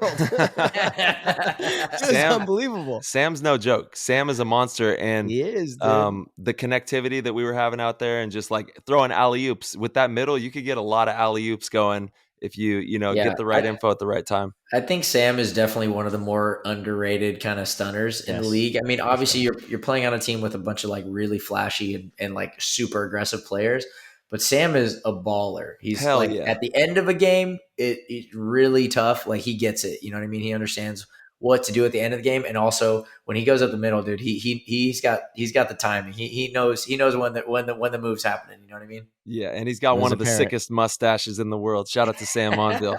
Mustache and mullet to match. And dude. mullet. His hair game is rocking. Is that what inspired your stash there, Tyler? No, this is from Bob Harmon. This is a Ranger stash right here. Okay. Shout out to Bob. Yeah. Oh yeah. Well, shoot, man. Ty, what do you think? Should we get into some Discord questions? Yes, absolutely. And obviously, we got to start with Papa Sash. We're talking about the Latin Saints game. He said, "Hey, what up with Alex Goldman at the end of the game?" And he was wondering, in an MMA match, are you going grappling or striking? What's happening? Oh, that's a good question. Man, I honestly haven't thought enough about that one. So maybe give me a little bit on that one. No, but what did you guys say to each other at the end? No, I'll explain it really well. So, the time was running out, and I don't know. I think it was kill 4 and Mouse was probably the last guy. And so we were both in snake 1. I might've been in snake 2, but I was a little ways away from him. And basically it was kill 4. So I'm like, you know what, the tournament's over. We won. I'm just going to go run down and put some paint on him, right? The buzzer goes off like about a couple steps into my stride, And, it's just one of those things. It's just like, well, you know what? I'm making this run. I'm going to put a little bit of paint on him. So I hit him. I think I hit it once in the tank and I hit him another time. But Mouse felt like the horn blew and I shot him after the horn. So he kind of was like, he started coming at me and I just said, what are you going to do? Something along those lines. I don't exactly remember, but like, are you, do it or something along the lines of just kind of like, whatever, man. Yeah. And we got in each other's faces and he's just like, you don't want it. No, it was really just, the heat of the moment really, of course on both of us really. But, actually I tried to text him, on Sunday night, just kind of, we already talked about it right after the game anyways, but, kind of like, you know how it is, dude. You get in those games and the heat of the moment, and obviously there's a lot of emotion going on, and, everybody wants to win, you know how it is. And anyway, so just kind of a silly thing, but I tried to text him later that night, and I guess he got his phone number changed. So I'm gonna have to get the new one and kind of squabble a little bit with him. Yeah, well, I mean, you guys are friends on and off the field. It's like it's nothing. Yeah, we've definitely friends. I've talked to him, like even last year we would chat every couple of months and just kind of a little bit of a download, see how everybody, how each other are doing and what we're working on and stuff like that. And honestly, like I do think that Mouse and I, because we've obviously been on different teams for a long time, but have a huge amount of respect for each other as players. And I think as a result of that respect, we've kind of pushed each other a little bit. And more recently, over the last couple of years, we've kind of more actually talked about it than just kind of being on opposing sides. And so, obviously I hope to keep that going, cause he's a phenomenal player. And I think when you can put the kind of the competitiveness aside, you can actually end up, learning some things and understanding things a lot better and in a more meaningful way, so like I'm really happy with him and Kyle doing their thing with Tigerware. And obviously like, I've got our, Ryan and my brand that we do. You guys have got y'all's thing y'all are doing, you know what I mean? And it's really cool. And again, that's what I think is really awesome about the community that we've got is, dude, we've got a lot of great people and ideas and thoughts and fans and supporters all a part of this one thing. And so if you're not cool with people that are kind of in the same space, like you're really kind of doing yourself a disservice, Absolutely. Yeah. We've got the best group of people that are out creating right now on so many fronts. So many people are doing it now right now. It's great. Yeah. Paintball's thriving. That's for damn sure. Absolutely. All right, we got Will from ICT. Archie, it seems as if you got right into place from a viewer's perspective. What were some challenges you faced when meshing with the Dragon? For sure, there's really honestly only two things that I felt were difficult. One was getting used to the gun early on. The first weekend I was like, man, this is going to be strange. And so like the first practice we had, really my goal was to get comfortable where I was like, at least hitting my shots that I want to hit, like I want to make sure I'm shooting people out of their bunkers. I actually think gunfighting, like shooting people out of their bunkers is the hardest thing to do. The easiest way to shoot people is when you make a move, right? And they don't know you're there. The hardest thing to do is when you're in an engagement and shoot somebody out of their spot, right? And that's honestly one of the things like I've prided myself in being super elite at over the years is really manipulating the gun battle, the gunfight, you know what I mean? And so after the first practice, I really wanted to feel a little more comfortable with the gun. And obviously at this point we're good on that front. And then the second issue was the codes. Like for me, and that's going to take me. You're like factor 4. I'm pretty sure I said factor 4 on Sunday in one of the matches. I could be wrong. Pretty sure I did though. So yeah, I got to, but again, like, as kind of Archie tried to wear an X Factor shirt to the podium. I'm going to keep telling this story until we literally won. Archie has a JT X Factor shirt on. The X Factor logo was like sharpied out, but not sharpied out. I mean, you could clearly see it still. It was as sharpied out as it could have been, but it was also like the size of 2 quarters, very small. And Marcelo took great offense, so I changed shirts.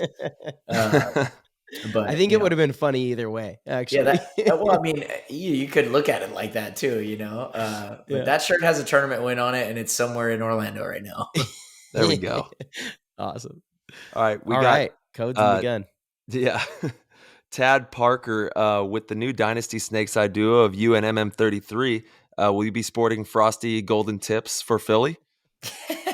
I don't think for Philly. You know, it's actually funny. So I've thought about dyeing the hair for Cup like for a few seasons, but I just never, have come to do it. But I don't know. Maybe this year is my Might be turn. your We'll turn. see. It Might might be be. your turn. When I saw Marcelo at that one, or I don't know, maybe you posted something about it earlier or something like that before the event.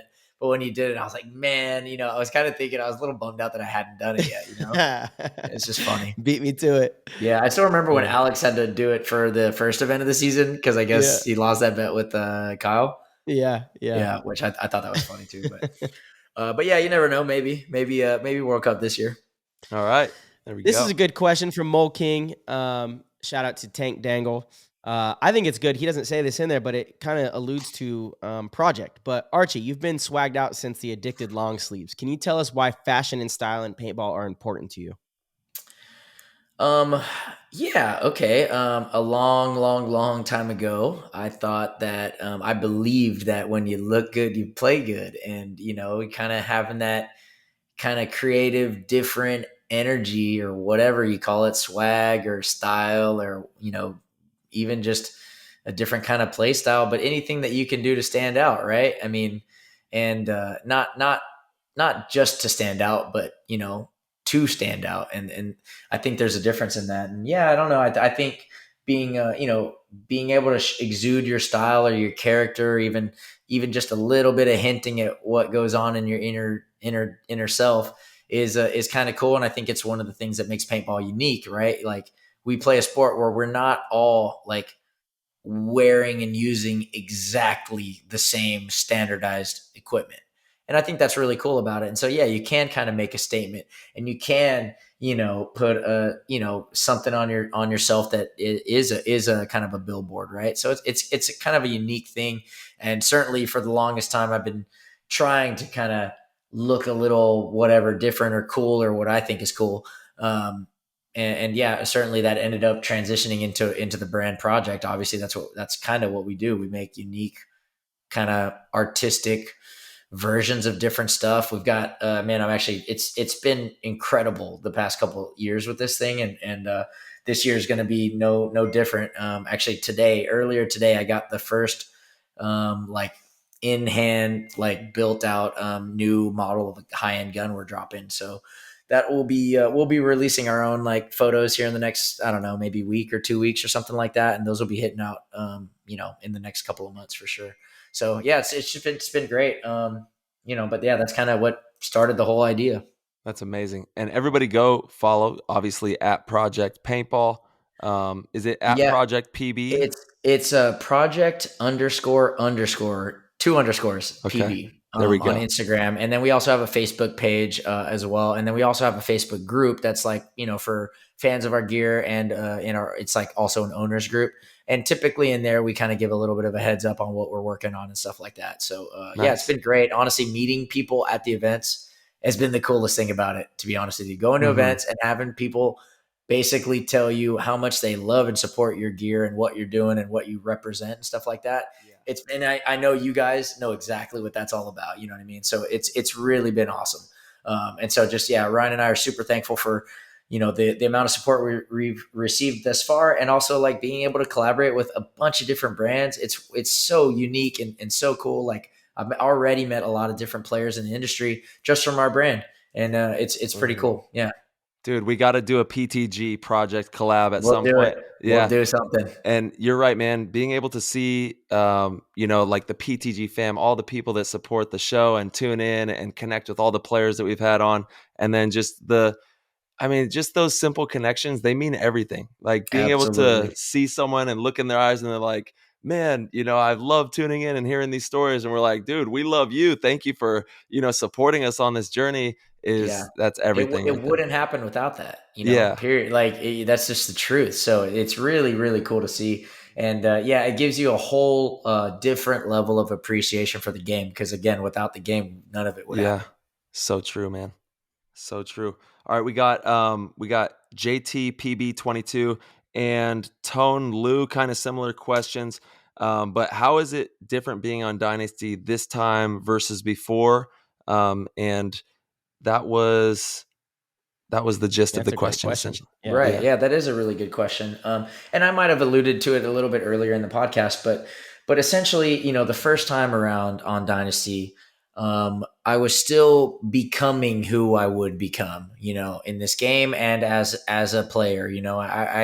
I was young in my career and honestly young in kind of my experience and real understanding of the different facets of how you could become a master, right? And like I told you guys, my number one goal, I'm sure it's hard to remember that far back, every one of my goals, but I know the number one was to just soak up everything I could, man, because it's crazy to kind of think about it now. But back then, those guys were legends and masters, right? But it's kind of insane. They're still around and still dominating and still teaching, and like I learned a lot this past weekend. But I will say, coming back to the team, that wasn't really going to be my main focus. What I wanted to do coming back, I've got a new set of goals for the team this time coming around, and I'm not going to maybe show all my hand there, but one of my goals was to be reinvigorated and re-motivated to become even better than I am. Right. And, I think I'm well on my way to doing that, to pushing the boundaries of how good of a player I can be. And one of the things that's different in, coming to Dynasty now as a player, right, versus being on X Factor, where I'm a little more involved in every fabric of the team, every fiber of it, right, is that now, because I'm not so involved on everything that involves the team, I can really focus on how am I going to do? How am I going to be better than how I am right now? Right. I can spend a lot more consistent energy on, all right, Archie, what do you got to work on? And that's exciting for me. I'm really looking forward to that journey. And I've told Marcelo plenty of times this past weekend, I'm like, bro, I'm going to be better this year, dude. Seriously. After this weekend, I'm still going to be better. So, I'm okay with saying that out loud because honestly, I mean it. I'm not messing around. Yeah. Fully applied. And every player in the damn league should have that mindset. You know what I'm saying? Like yeah, that. You're not wrong, but dude, you know how it is, dude. Life happens, and you got to be motivated. That's what I was saying earlier, man. Like you got to be motivated. If you're not motivated, dude, do whatever the hell you can to get motivated. Straight up, because it'll make a monster out of you in a lot of ways. Same page there, Arch. Hell yeah, dude. Let's run it. I know T's been on that page for a long time. He out there grinding. Little monster. All right, we got PB Long Island with the recent in-game accomplishment of winning Sunshine State Major. What other outside of the game goals are you trying to achieve? So the past few years I've been really working on my businesses that I've been building, and really that's where a lot of my focus is right now. Thankfully, right now we've got a good business in the paintball community, obviously project, but Ryan and I are also working on a few other ideas. We've got 2 other businesses that will be paintball oriented businesses that we're going to be launching hopefully within the next few months, and you guys will all hear about it at some point sooner or later. I cannot explain how excited I am for those to kind of hit. They're not really related to project at all, totally different kind of ideas and thoughts, but something that's going to kind of have us intertwined with paintball, at a much, hopefully in a very deep and meaningful way. And we're really looking forward to it, and also in a fulfilling way. We're in the next few months, you guys will know a little bit more about that. But that's really my main focus, is building all the businesses that I've got running right now. My fiance and I, my partner, we have a great real estate thing we've got going on here in Austin. It's really fulfilling and fun and meaningful, and it's also lucrative. And we're just really enjoying and expanding. Since we started, it's been a ride, and also just kind of doing the same thing in the paintball thing. Dude, that's awesome, man. Yeah, you're crushing it, and we're excited to watch you and all your developments and everything that you got going. And it's just everybody take notes out there, man. This guy, he goes and he attacks. He's on attack mode. He's creating. He's digging deep. He's going the distance to try to be a better version of himself. And not only are you going to see that come to fruition on the paintball field, off the paintball field, it's something inside of you that you require. And it's a very inspirational thing that everybody out there in the paintball industry can take notes and be better in that regard, of not only just creating cool stuff, but being the best paintball player in person that you can possibly be. And that's the beauty, dude. The beauty of competition is it transcends the competing. You know what I mean? It really shows you a lot about everything. You can master one thing, and you see the path to mastering a lot of other things, and that's really the beauty of it. And you start to see how everything is actually quite similar. And you can figure things out and find things that work and ideas that work, and you can translate them into other ideas and thoughts and or businesses or relationships, or all kinds of things. So that's really, for me, when at the end of the day, when I look back and think about like paintball as a whole, it's taught me so much, like almost everything, it's really good. It's been a hell of a ride. Everything is everything, Yeah, that's true. All right, my last question comes from Randy McCaw Jr. If you had to pick one, what would be one of the biggest maybe regrets you've had in your career, or a move or a change you did or didn't make, something that you did or did not do for a teammate, just something that you grew from, essentially, I think is what the gist of the question is. Okay, so something I regret or grew from, kind of wishing I had done differently. I mean, man, that's tricky because like I like to believe that I don't really have a lot of regret in my life, and one of the things that I wish I talked about a little bit more is philosophy. Philosophy's had such a huge impact on my life that I really cannot overstate it, like it has. Please tell me pick two of your favorite philosophers. I got to know. I really, really appreciate Osho a ton. Yeah. You know who else I believe is a philosopher is Dr. Seuss, and he's also one of my favorites. Yeah. But like, the teachings of philosophy really kind of lend themselves for you to have a better understanding of how you can live your life. And a lot of people, I genuinely see it almost on a daily basis. Anytime you walk around, I love it. Anytime you walk around, man, you could see how philosophy could help someone, like literally. But just not that many people really know about it. And I think it's a shame. And that's why I wish I talked about it a little bit more.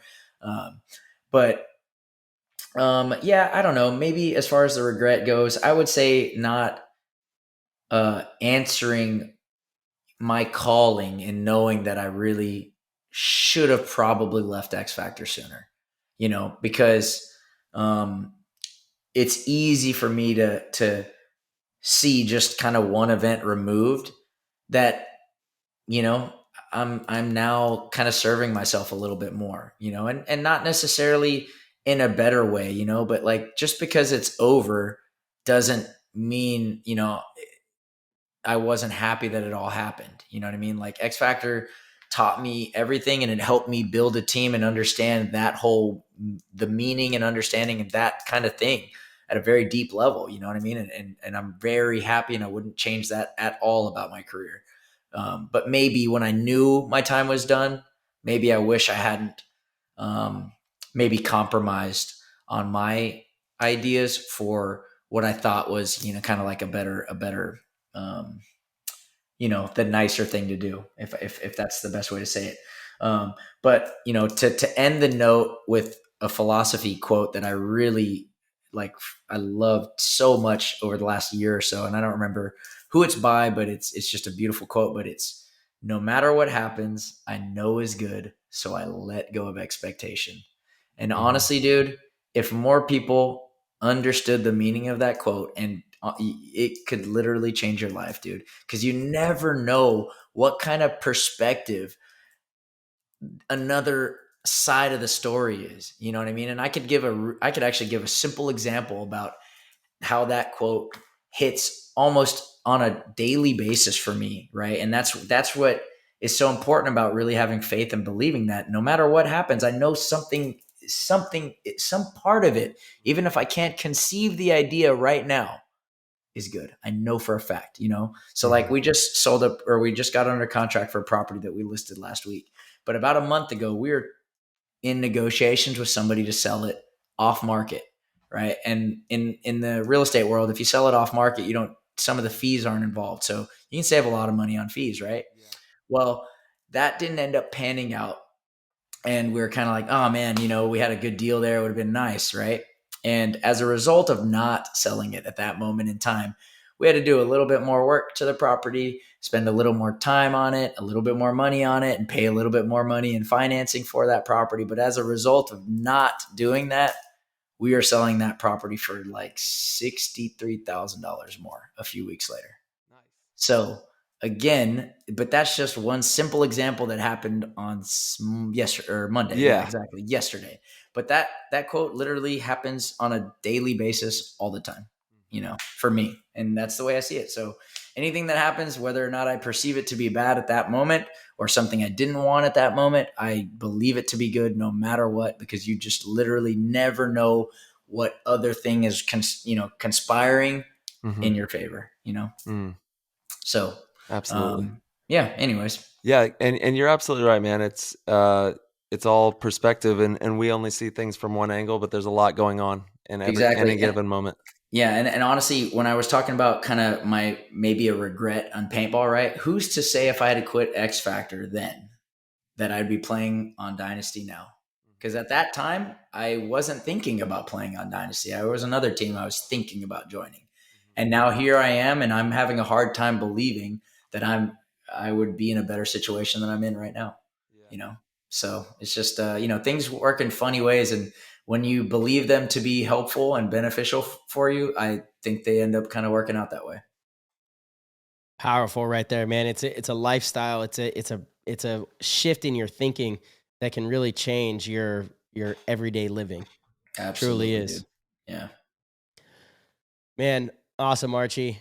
Ty, I know that was the last of the questions. Do you have anything else for Kid Arch?